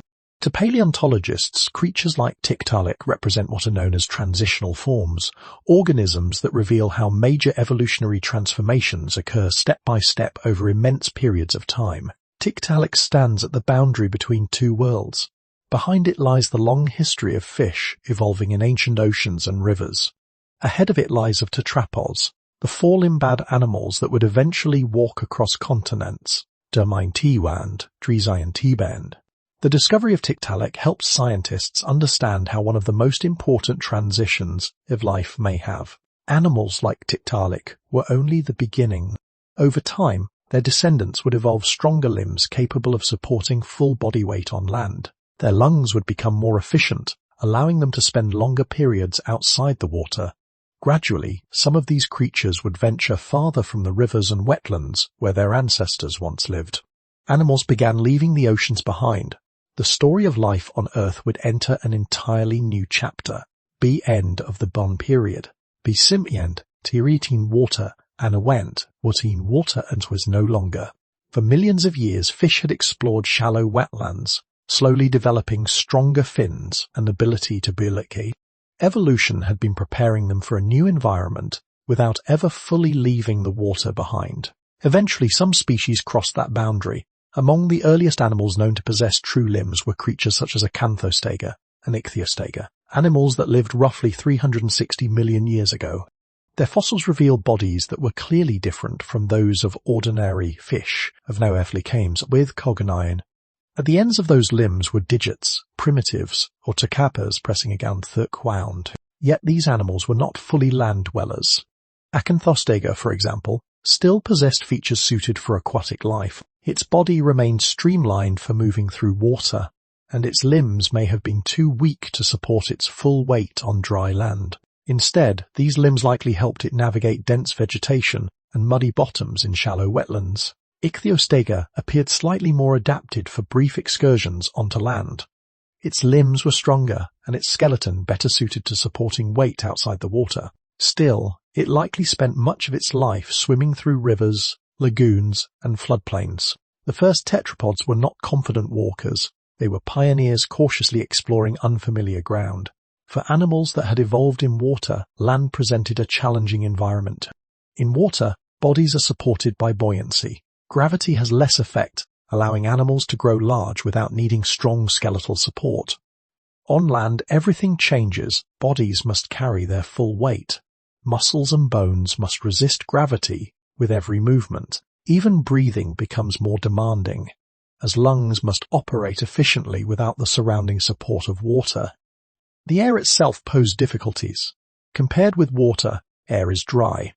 Animals venturing onto land risk losing moisture from their skin and internal tissues. Maintaining hydration became a constant challenge. Food sources were also limited at first. Lions are beginning to appear across Ancientiace. The land had not yet developed the coesatum, support for vests and for. Yet, despite these obstacles, land offered enormous subholins of years, Bontint T, largely empty of large animals. There were no major predators waiting among the vegetation. Vast stretches of terrain lay unexplored by vertebrate life, for organisms capable of adapting to these conditions. The potential rewards were enormous. Slowly, across countless generations, more species began developing features that allowed them to survive outside the water for longer periods. Limbs strengthened. Lungs improved. Skin evolved ways to retain moisture. Gradually, animals spent more time on land. Plants were already spreading across continents, forming primitive forests that stabilized soils and created new habitats. Insects had begun flying through the air and crawling across the ground, providing potential food for the new land-dwelling vertebrates. The world was changing. The oceans had given birth to life, nurturing it for billions of years within their waters. But now life was beginning to expand beyond those boundaries. The first animals to walk on were descendants of fish that had once ruled Caesars. From these early tetrapods would eventually arise amphibians, reptiles, birds and mammals, creatures capable of thriving in environments far removed from the oceans where their ancestors evolved. Yet even as life spread across the continents, the oceans themselves remained full of extraordinary creatures. In fact, marine ecosystems were continuing to evolve in ways that would produce some of the most powerful and mysterious animals the planet had ever seen. The next chapters of this story return to the seas, where life would grow even more complex and sometimes far more dangerous. While some early vertebrates cautiously explored the land, the oceans remained vast arenas of evolutionary change. Beneath the waves, life continued refining forms built for speed, strength, and survival. The Devonian seas had already introduced powerful fish with armored heads and crushing jaws. But those heavy bodies were not the final answer to life in open water. Another design was quietly emerging. During the Devonian and Carboniferous periods, a group of fish began evolving bodies that favored agility rather than armor. Their skeletons were not made of dense bone like those of placoderms. Instead, their internal structures consisted largely of cartilage, a lighter and more flexible material that allowed their bodies to bend and twist with remarkable ease. These were the earliest sharks. At first, they were not the enormous hunters people imagine today. Many ancient sharks were modest in size, gliding through marine environments, already crowded with fish, arthropods, and countless smaller organisms. Yet even in their earliest forms, the blueprint of the shark body had already appeared. That blueprint would prove astonishingly successful. Their bodies were shaped like living torpedoes, narrowing toward the tail and widening near the head in a form that sliced easily through water. This streamlined design reduced drag, allowing sharks to swim efficiently across long distances while conserving energy. Inside their mouths lay another remarkable feature. Rows of sharp teeth lined the nape of most animals. These were constantly, when tooth broke or fell out, another quickly moved forward to take its place. This endless T of loud effects predator. Their senses were equally impressive. Ancient sharks possessed highly sensitive systems capable of detecting vibrations and subtle electrical signals produced by other animals. Even in murky water where vision was limited, these senses allowed them to locate prey with remarkable accuracy. Over time, sharks diversified into an extraordinary range of forms. Some early species look surprisingly familiar, resembling the sleek shapes of modern sharks that still patrol today's oceans. Others appeared far stranger. Fossil evidence reveals species with bizarre head structures, unusual fin arrangements, and body shapes unlike anything alive today. One species, Helicoprion, possessed a spiral arrangement of teeth that formed a strange circular saw within its mouth. Another ancient shark, known as Stethecanthus, carried a flat, anvil-shaped structure on its back that scientists still debate the purpose of. These creatures reveal how experimental early shark evolution could be. Yet despite their diversity, many shared the same essential advantages: speed, flexible bodies, sharp teeth, and sensory systems finely tuned for detecting prey. With these tools, sharks began occupying the upper levels of marine food chains. They hunted fish, smaller sharks, and various marine animals that shared the oceans with them. Their efficiency as predators allowed them to spread across different marine habitats, from shallow coastal waters to deeper ocean environments. Over time, sharks established themselves as some of the most capable hunters the oceans had ever produced. And they did so long before the creatures most people associate with prehistoric life had even appeared. Long before dinosaurs walked the land, sharks were already mastering the oceans.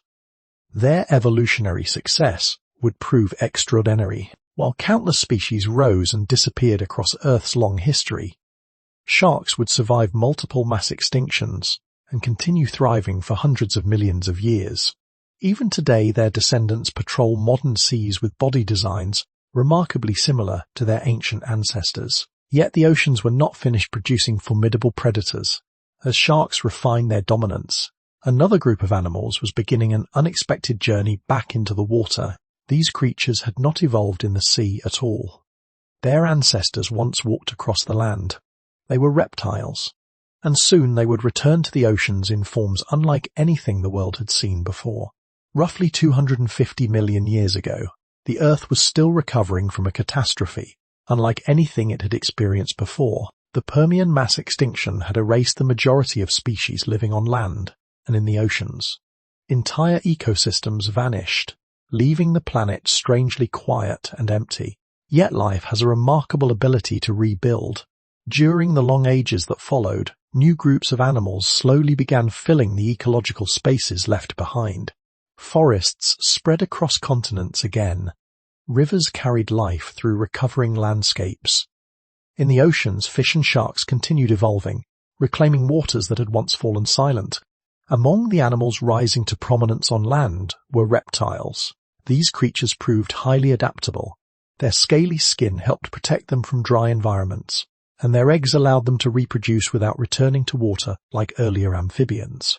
Across deserts, forests, and coastal plains, reptiles diversified into many forms, but evolution sometimes takes surprising turns. While many reptiles thrived on land, some lineages began drifting back toward the oceans their distant ancestors had once left behind. Perhaps they hunted along coastlines where food was abundant. Perhaps they sought refuge in marine environments less crowded with competitors. Over countless generations, their bodies began to change. Limbs that once carried animals across dry ground gradually transformed into flippers suited for swimming. Their tails lengthened and strengthened, becoming powerful tools for propulsion. Their bodies grew smoother and more streamlined, allowing them to move efficiently through water. These reptiles had returned to the sea. Among the earliest and most remarkable of these marine reptiles were creatures known as ichthyosaurs. At first glance, an ichthyosaur might easily be mistaken for a dolphin. Its body was shaped like a torpedo, narrowing toward a strong tail that propelled through the water. Its limbs had become paddle-like flippers used for steering and balance. Yet despite this resemblance, ichthyosaurs were not mammals like dolphins. They were reptiles, and their ancestors had once walked on land. This similarity in shape is an example of something scientists call convergent evolution, where unrelated animals develop similar forms because they face the same environmental challenges. In open water, speed and efficiency favor streamlined bodies, and evolution often arrives at similar solutions, even among very different groups of animals. Ichthyosaurs also possessed enormous eyes. Some species had eyes so large that they are among the biggest known in the animal kingdom. These huge visual organs likely help them hunt in dim underwater environments, allowing them to detect prey even in deep or murky waters where sunlight barely penetrated.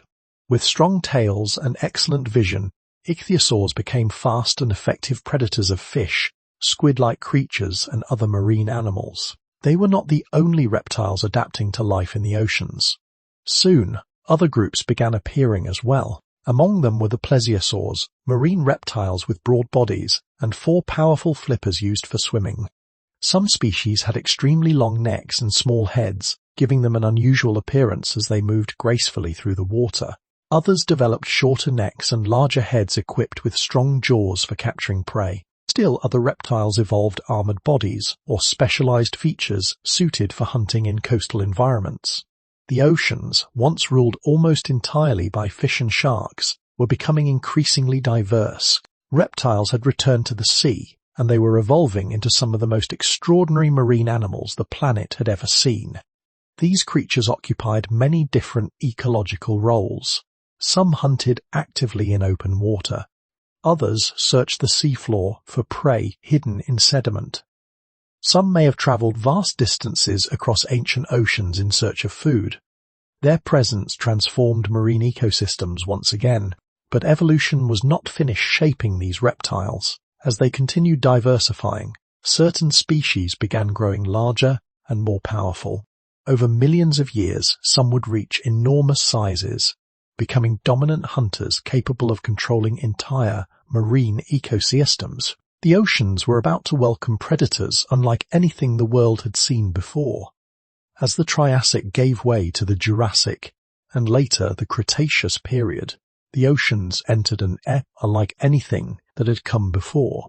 Marine reptiles that once represented small experiments in returning to the sea had diversified into an astonishing variety of forms.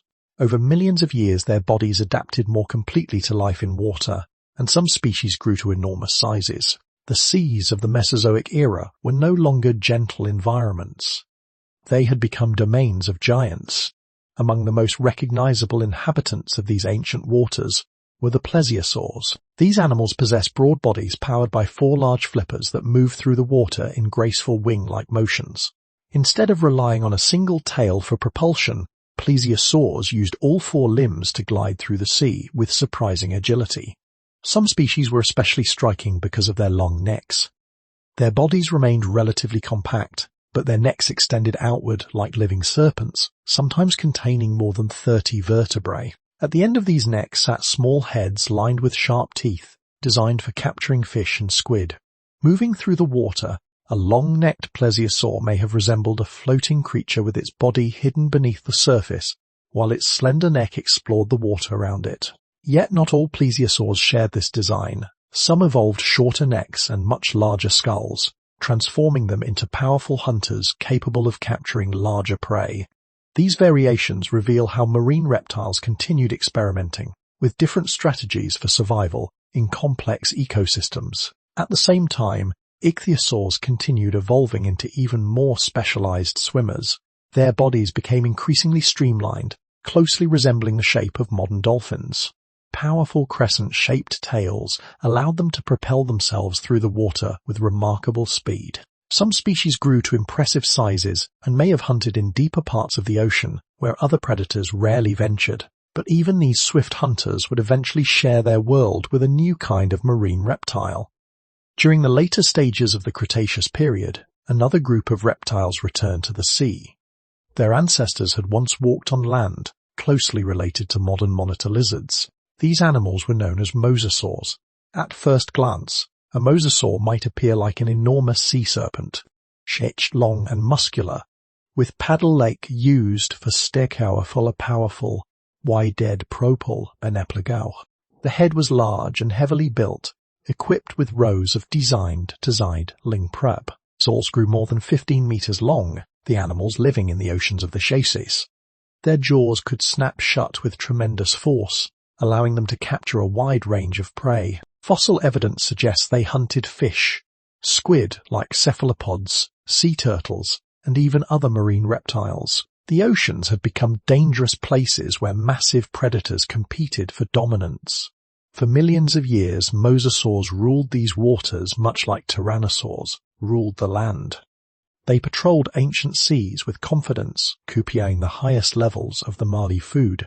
For millions of years, mosasaurs ruled the oceans like underwater rhinosaurs. Yet even these formidable predators lived within a world that was constantly changing.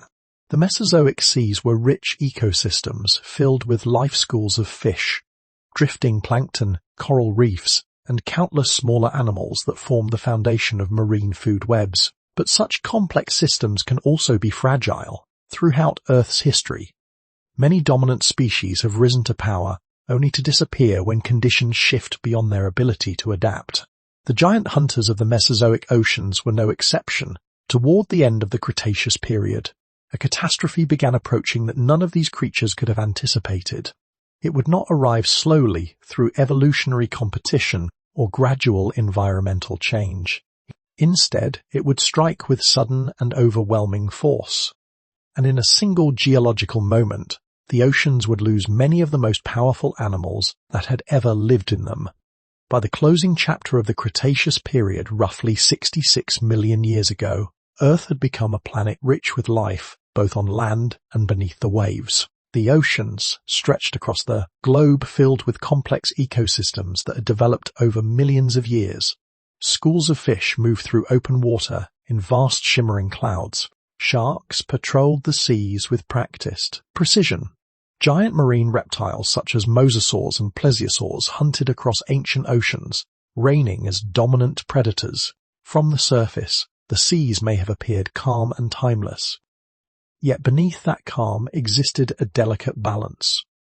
Every ocean ecosystem depended on countless connections between species. Tiny plankton drifting near the surface formed the foundation of marine food chains. Small fish fed upon these microscopic organisms, and larger predators in turn hunted those fish. Each level of life supported the next, forming intricate webs that stretched across entire oceans. But ecosystems like these are rarely as stable as they appear. Across the planet, powerful geological forces were already reshaping the environment. Vast volcanic eruptions were occurring in regions that would one day become parts of modern India. These eruptions released enormous quantities of gases into the atmosphere, gradually influencing global temperatures and ocean chemistry. The Earth was changing, though the transformation was unfolding slowly.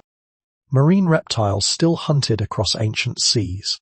Coral reefs continued growing in warm coastal waters. Fish diversified into countless forms across the planet's oceans. To any creature living at that time, the world likely seemed secure. Yet beyond the atmosphere, something else was approaching.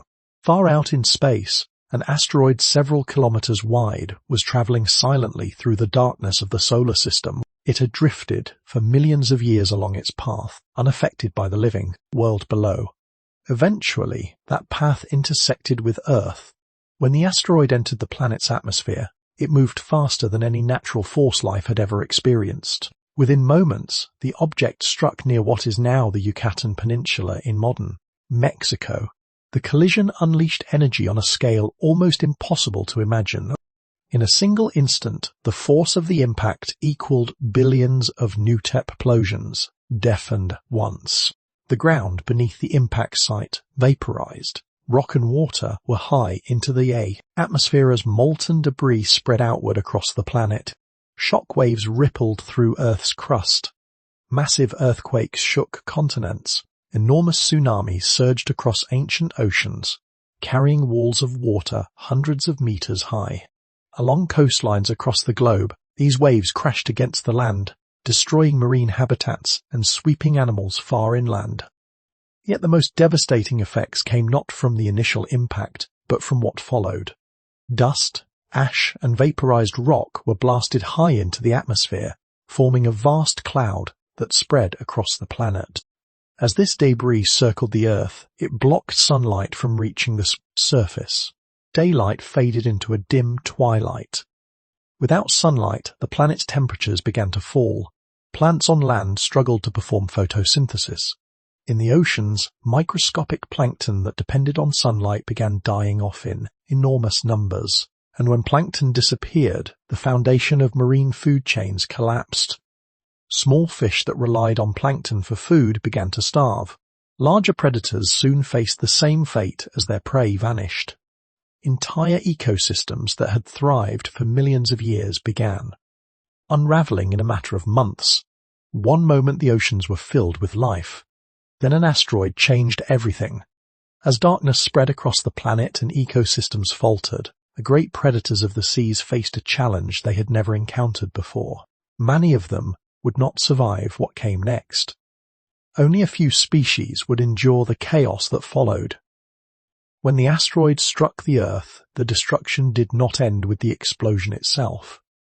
The impact set into motion a chain of environmental changes that spread across the entire planet. In the oceans, where life depended on delicate ecological balance, the consequences unfolded with devastating speed. The darkness that followed the impact was one of the most destructive forces of all. As dust and debris filled the atmosphere, sunlight struggled to reach the surface of the planet. Day after day, the sky remained dim, the sun reduced to a pale glow behind thick layers of airborne ash and vaporized rock. Without sunlight, photosynthesis slowed dramatically. In the oceans, this change struck at the very base of marine life. Tiny drifting organisms known as plankton depended on sunlight to produce energy. Though invisible to the naked eye, plankton formed the foundation of ocean ecosystems. They fed countless small animals, which in turn supported larger fish and marine predators. When sunlight faded, plankton populations began collapsing. The effect rippled outward through the oceans like a spreading shock wave. Small marine animals that fed on plankton soon found themselves without food. As their numbers declined, the fish and larger predators that depended on them faced the same problem. Entire food webs began unraveling across the seas.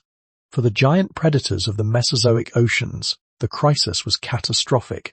Creatures such as mosasaurs and plesiosaurs depended on complex food chains to sustain their enormous bodies. They hunted large prey and required abundant resources to survive. When the organisms at the base of the food web disappeared, the entire system that supported these predators began collapsing. Within a relatively short geological time, the oceans lost many of their most formidable hunters. Mosasaurs vanished entirely.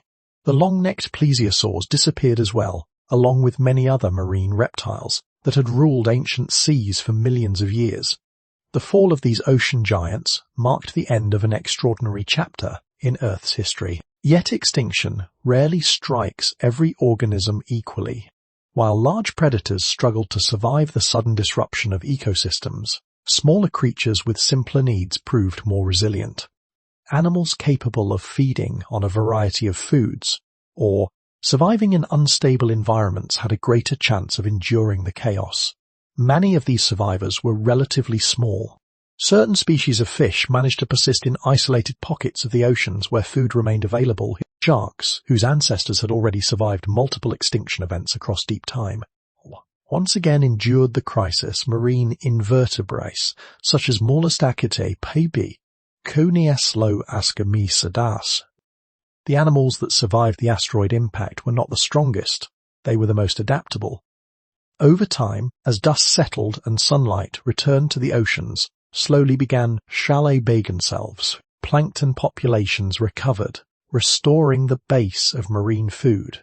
Small fish multiplied again, spreading through seas that had suddenly become far less crowded. With the great marine reptiles gone, the oceans now contained vast ecological spaces waiting to be filled. Predators that once dominated the seas had disappeared, leaving behind an environment ready for new forms of life to rise. The catastrophe that ended the age of marine reptiles had also opened the door for another transformation. In the quiet centuries and millennia that followed, evolution began experimenting once again. Species that survived the extinction slowly diversified, exploring habitats once occupied by the giants that had vanished. With many of the ocean's rulers gone, the marine world entered a new chapter, and in the long recovery that followed, entirely new groups of animals would begin shaping the future of Earth's oceans. And the dust from the asteroid impact finally began to settle. The planet entered a long period of hiatus end. The darkness that had once covered the skies gradually lifted, allowing sunlight return to the oceans slowly. Slowly, the conditions necessary for life began to stabilize again. But the seas that emerged from this catastrophe were very different from the oceans that had existed before.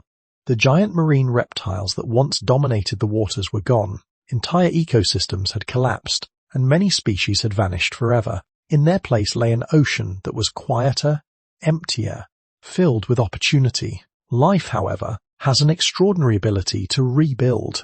In the years and centuries following the extinction, the smallest survivors began repopulating the seas. Tiny plankton once again drifted through sunlit surface waters, capturing energy from the returning sunlight. These microscopic organisms re-established the foundation of marine food chains. As plankton recovered, small marine animals returned as well. Fish populations that had managed to survive the crisis began expanding into ecological spaces once occupied by larger predators. Over time, these fish evolved into an astonishing range of forms, adapting to different environments across the oceans. Some species remained small and swift, forming enormous schools that moved like living clouds through open water. Others grew larger, developing specialized hunting strategies suited for reefs, deep oceans, or coastal environments. The diversity of fish gradually increased until the oceans once again became vibrant ecosystems filled with movement and life. Sharks also continued their long evolutionary journey. These resilient predators had survived multiple extinction events throughout Earth's history. With the disappearance of many marine reptiles, sharks expanded into new roles within marine food webs. Their adaptable bodies and powerful senses allowed them to remain effective hunters in a wide range of ocean environments. Yet sharks and fish were not the only animals shaping the future of the seas. Millions of years after the asteroid impact, something unexpected happened. Certain mammals that had once lived entirely on land began returning to the ocean. Among these were the ancestors of whales. Early whale ancestors started as four-legged mammals walking across ancient shorelines, but over generations their bodies gradually adapted to life in water. Their limbs transformed into flippers, their bodies became streamlined for swimming, and their tails developed powerful horizontal flukes capable of propelling them through the sea. Eventually, these animals became some of the largest creatures ever to live on Earth. Whales represent one of the most dramatic evolutionary reversals in the history of life. a return to the oceans by descendants of land animals whose distant ancestors had once been fish. Meanwhile, coral reefs slowly began expanding again across warm coastal waters. These reefs formed complex underwater landscapes that provided shelter and food for countless marine organisms. Reefs became centers of biodiversity, supporting fish, crustaceans, mollusks, and many other forms of marine life. Over millions of years, marine ecosystems regained their complexity. Oceans filled once more with intricate food webs, species ein dies mals, and viacine from shale. Yet the seas that exist today are not simply modern environments. They are the result of billions of years of transformation.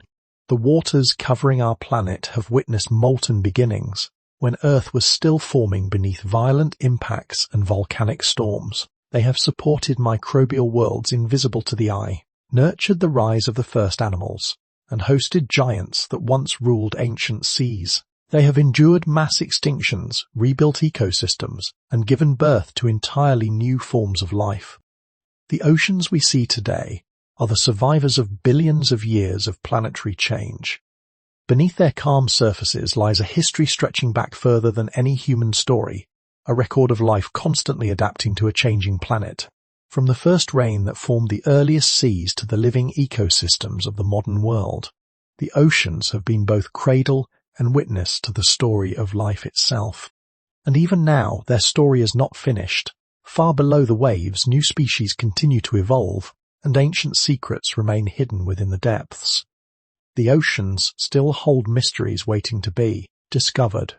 In the millions of years following the great extinction that ended the age of marine reptiles, the oceans entered a slow but remarkable process of renewal. With many of the dominant predators gone, vast ecological spaces opened across nearly every marine environment. The seas that had once been ruled by giant reptiles now offered opportunities for entirely new groups of animals to rise, slowly building from the smallest foundation populations, first wefting through sunlit water as back and drew send to the base of den food. As these microscopic organisms multiplied, they once again provided for countless small.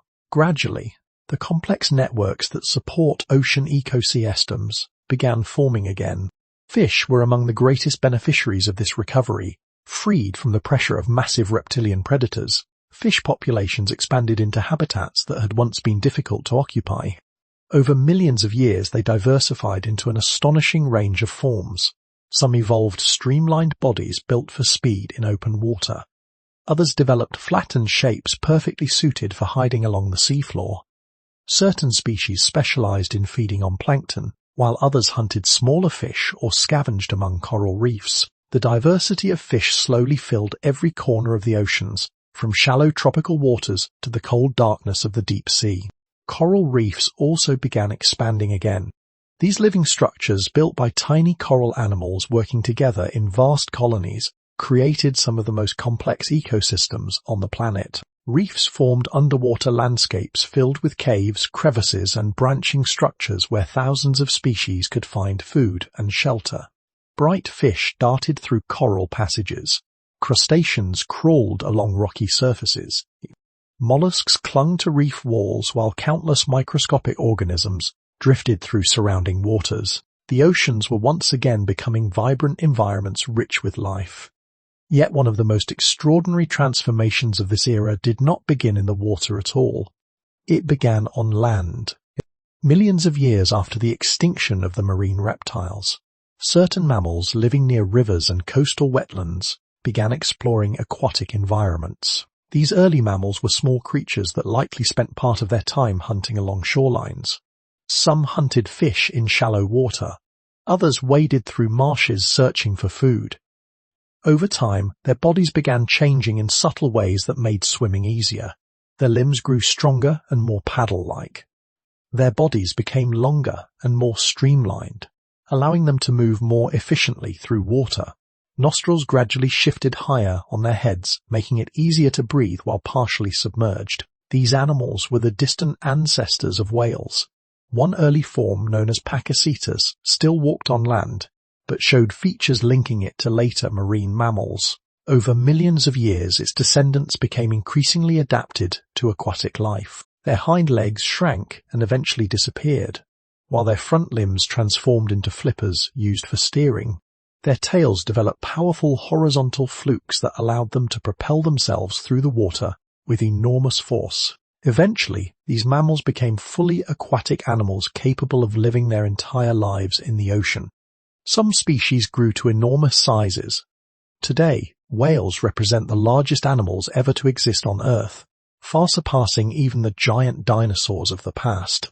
Their immense bodies glide silently through modern oceans, feeding on plankton or hunting fish in the vast open seas.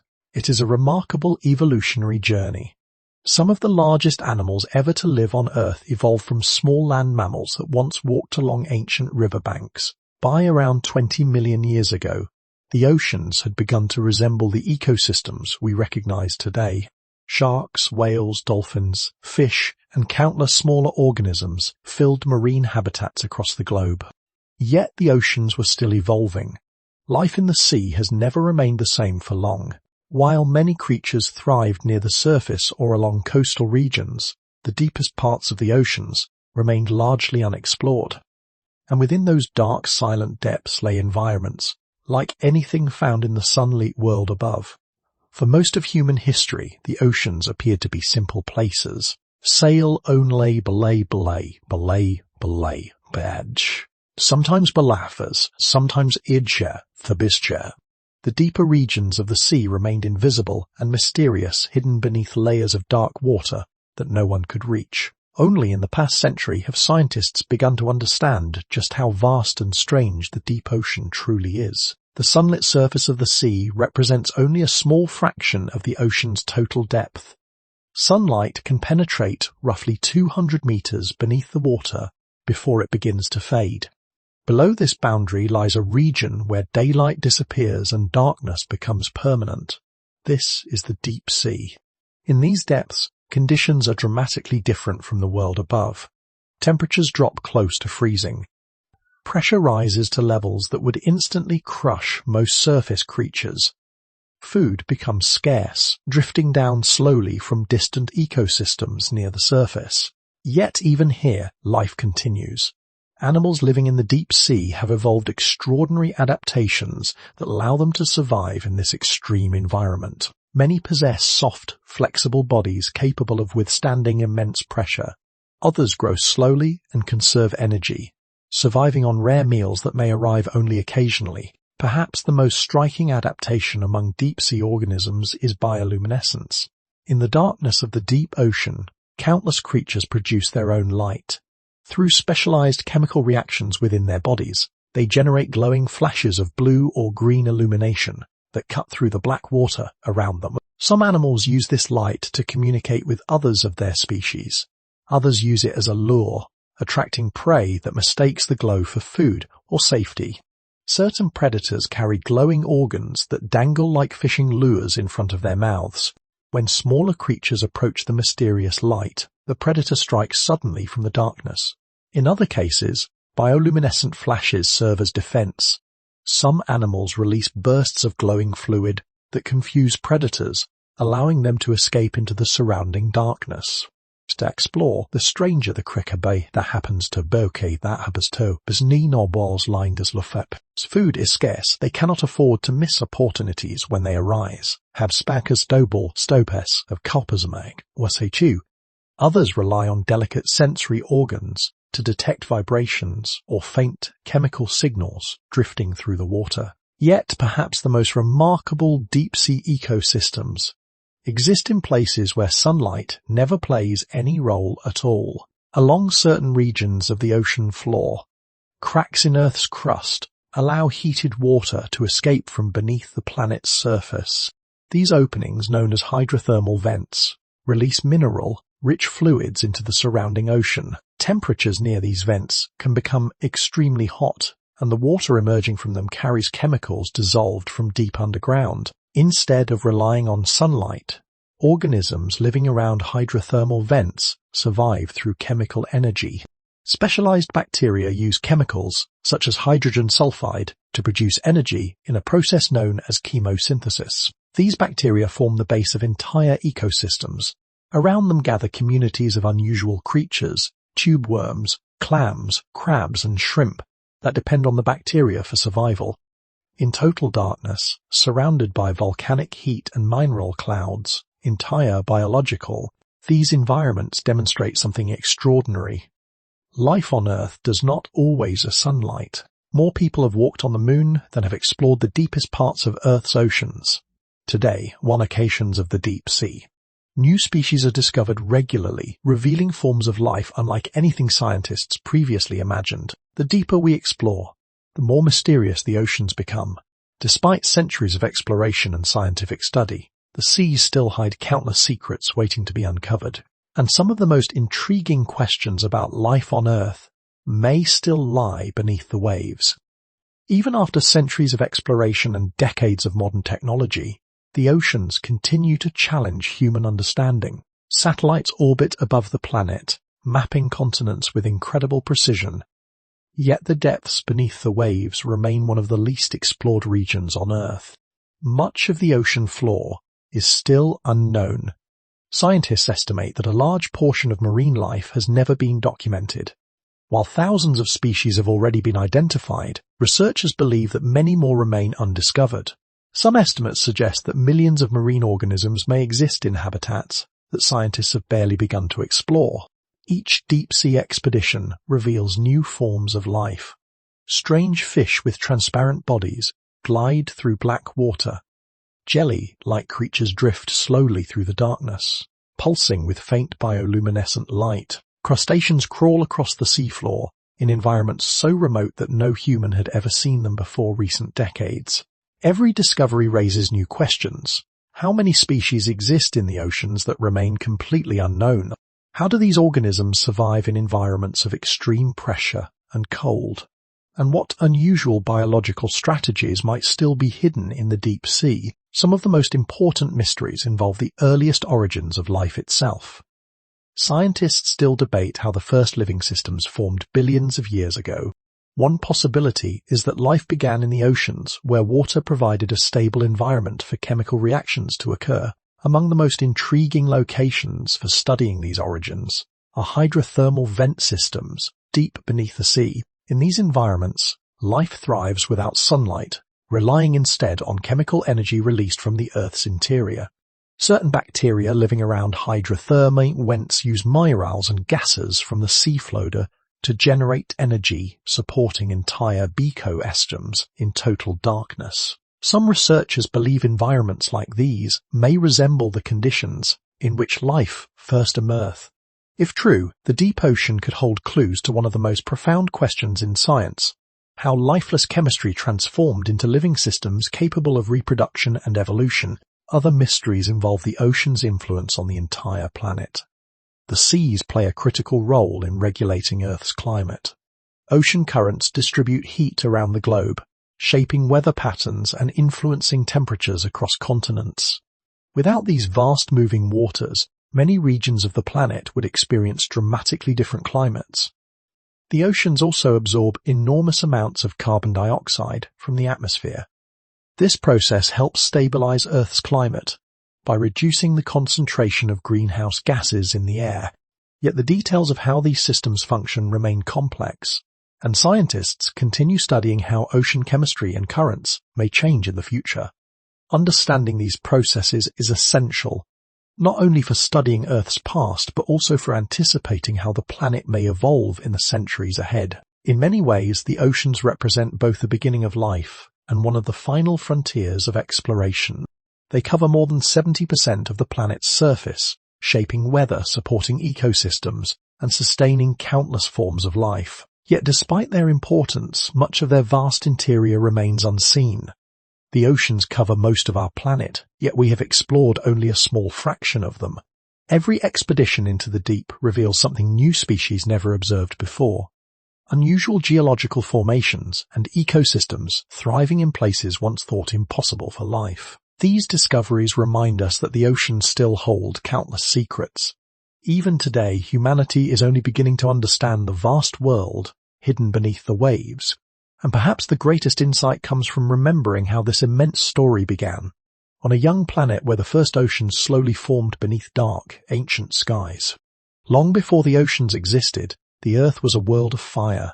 More than 4.5 billion years ago, the young planet looked nothing like the calm blue sphere we know today. Its surface was a shifting landscape of molten rock, glowing beneath a sky filled with thick clouds of volcanic gases. Asteroids and fragments of early planetary debris crashed into the surface again and again, each impact releasing enormous bursts of energy that melted portions of the crust. It was a violent beginning. In that distant era, water did not yet flow across the surface in rivers or gather into seas.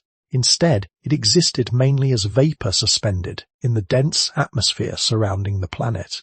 Volcanoes erupted constantly, releasing enormous quantities of steam and other gases into the sky. Above the fiery surface, vast clouds slowly formed.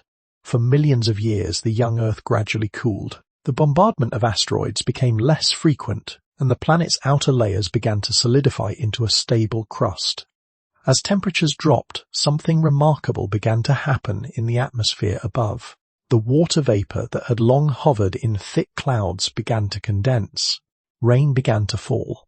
At first, the rainfall must have been relentless. Storms poured onto the hot surface of the planet for immense stretches of time. Water struck volcanic rock and hissed into steam, only to rise again into the atmosphere and fall once more. But slowly the surface cooled enough for liquid water to remain. The rain collected in low regions of the planet's crust basins formed by ancient impacts and shifting tectonic plates. Over time, these basins filled with water, forming the earliest oceans. The Earth had entered a new phase of its history. Where molten rock had once dominated the surface, vast bodies of water now spread across the planet. The oceans became stable environments where chemical reactions could unfold over immense periods of time. Within these waters, something extraordinary began. Simple molecules drifting through the ancient seas interacted with energy from lightning, volcanic heat, and sunlight filtering through the atmosphere. Gradually, chemical systems formed that were capable of organizing themselves in increasingly complex ways. Eventually, some of these systems crossed a remarkable threshold. They became alive. The earliest organisms were microscopic, simple cells drifting through the oceans billions of years ago. Yet despite their small size, their presence would eventually reshape the entire planet. Through processes such as photosynthesis, certain microorganisms began releasing oxygen into the oceans and atmosphere. Over immense spans of time, this oxygen hokumi the mystery of earthen environment. The presence of oxygen allowed more complex forms of life to live over those ends, that came home to an extra-day raid of living. Strange organisms from the Ediacaran seas spread across ancient sea flows. Cambrian animals introduced shells, limbs, and complex body plans. Predators appeared. Fish evolved jaws. Sharks patrolled ancient waters. Later, marine reptiles grew into enormous hunters that dominated the oceans for millions of years. Even after their extinction, life continued adapting, giving rise to whales, dolphins, and the vast diversity of marine animals alive today. Across every stage of this long history, the oceans remained a central force shaping the evolution of life. They provided the environment where life first emerged. They influenced the planet's atmosphere, climate, and ecosystems. They connected continents and carried nutrients across the globe. The oceans shaped life, and life reshaped the oceans. Every drop of ocean water carries a history that stretches back billions of years, from molten beginnings to living ecosystems, filled with countless species. The seas record the story of a planet constantly changing. Yet this story is not finished, because the oceans we see today are still evolving, still responding to the forces that shape Earth's future. And the next chapter of their history is being written now. Today, the oceans remain one of the most powerful forces shaping life on Earth, covering more than 70% of the planet's surface. These vast bodies of water influence nearly every system that supports the living world. From the climate that surrounds us to the oxygen we breathe, the oceans quietly sustain the conditions that make life possible. One of their most important roles lies in regulating global temperature. Water has an extraordinary ability to store heat. As sunlight warms the surface of the oceans, enormous quantities of thermal energy are absorbed and carried across the planet through powerful currents. These currents move like invisible rivers within the sea, transporting warm water toward colder regions and cooler water toward warmer ones. This constant circulation helps stabilize the planet's climate. Without the oceans distributing heat around the globe, many parts of Earth would experience far more extreme temperatures. Tropical regions might become unbearably hot, while polar areas could grow even colder. Instead, the oceans act as a balancing system, smoothing the differences between regions and helping maintain conditions suitable for life. But the oceans influence the atmosphere in another remarkable way as well. Beneath the surface, microscopic organisms known as phytoplankton drift through sunlit waters. Though invisible to the naked eye, these tiny marine plants perform one of the most important processes on the planet. Through photosynthesis, phytoplankton use sunlight, carbon dioxide, and water to produce energy. In the process, they release oxygen. A large portion of the oxygen present in Earth's atmosphere is produced not by forests on land, but by these countless microscopic organisms floating through the oceans. Every breath taken by humans, animals, and countless other creatures is connected to this vast and invisible marine world. The oceans also support extraordinary biodiversity. Along tropical coastlines, coral reefs form some of the most complex ecosystems on the planet. Built slowly by colonies of coral animals, these reefs create intricate structures that provide shelter and food for thousands of species. Brightly colored fish weave through coral branches, while crustaceans, mollusks, and countless smaller organisms share the same vibrant environment. Beyond the reefs lie vast open waters where schools of fish travel across enormous distances. In deeper regions, unique species adapted to cold temperatures and high pressure inhabit the dim blue world below. Even deeper still, the dark seafloor hosts communities of organisms living around hydrothermal vents and other extreme environments. Each of these habitats forms part of a global network of life connected through ocean currents, nutrient cycles, and food webs that span the entire planet. Human societies are deeply connected to these marine systems as well. For thousands of years, oceans have provided food for coastal communities and cultures across the world.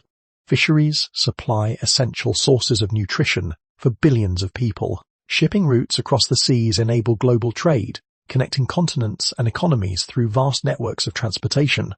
Yet, the oceans are not only sources of resources, they are delicate systems shaped by many interacting forces. Scientists today continue studying how ocean temperatures, chemical composition, and ecosystems respond to changes in climate and human activity. Even small shifts in temperature or acidity can influence marine life, affecting coral reefs, fish populations, and the countless species that depend on stable ocean conditions. Understanding these processes is essential for understanding the future of the planet. The oceans help regulate the climate of an entire planet. Their history reminds us that the balance of life on Earth has never been fixed across billions of years. The seas have transformed repeatedly, supporting new forms of life, enduring global catastrophes, and rebuilding ecosystems again and again. The story of the oceans began billions of years ago on a young planet shaped by fire and rain. Yet the final chapter of that story has not yet been written. Even now, the oceans continue evolving, carrying forward a history that is still unfolding. From the surface, the ocean often appears peaceful and eternal. Waves rise and fall with quiet rhythm, rolling toward distant shores just as they have for countless ages. To an observer standing along a coastline, the sea can seem timeless, a constant presence stretching far beyond the horizon. Yet beneath that calm surface lies a world that has never stopped changing. Across billions of years, the oceans have transformed again and again. Continents have drifted across the globe, reshaping coastlines and altering ocean basins. Entire ecosystems have risen, flourished, and disappeared. Creatures that once ruled ancient seas, armored fish, giant reptiles, and enormous predators have come and gone as the planet continued evolving. Still, life persists. Even now, the oceans remain one of the most powerful forces shaping the living world. Their currents regulate climate across continents, Their ecosystems support an astonishing diversity of organisms, from microscopic plankton drifting near the surface to the largest animals ever to exist. Every coral reef teeming with colorful fish tells part of this story.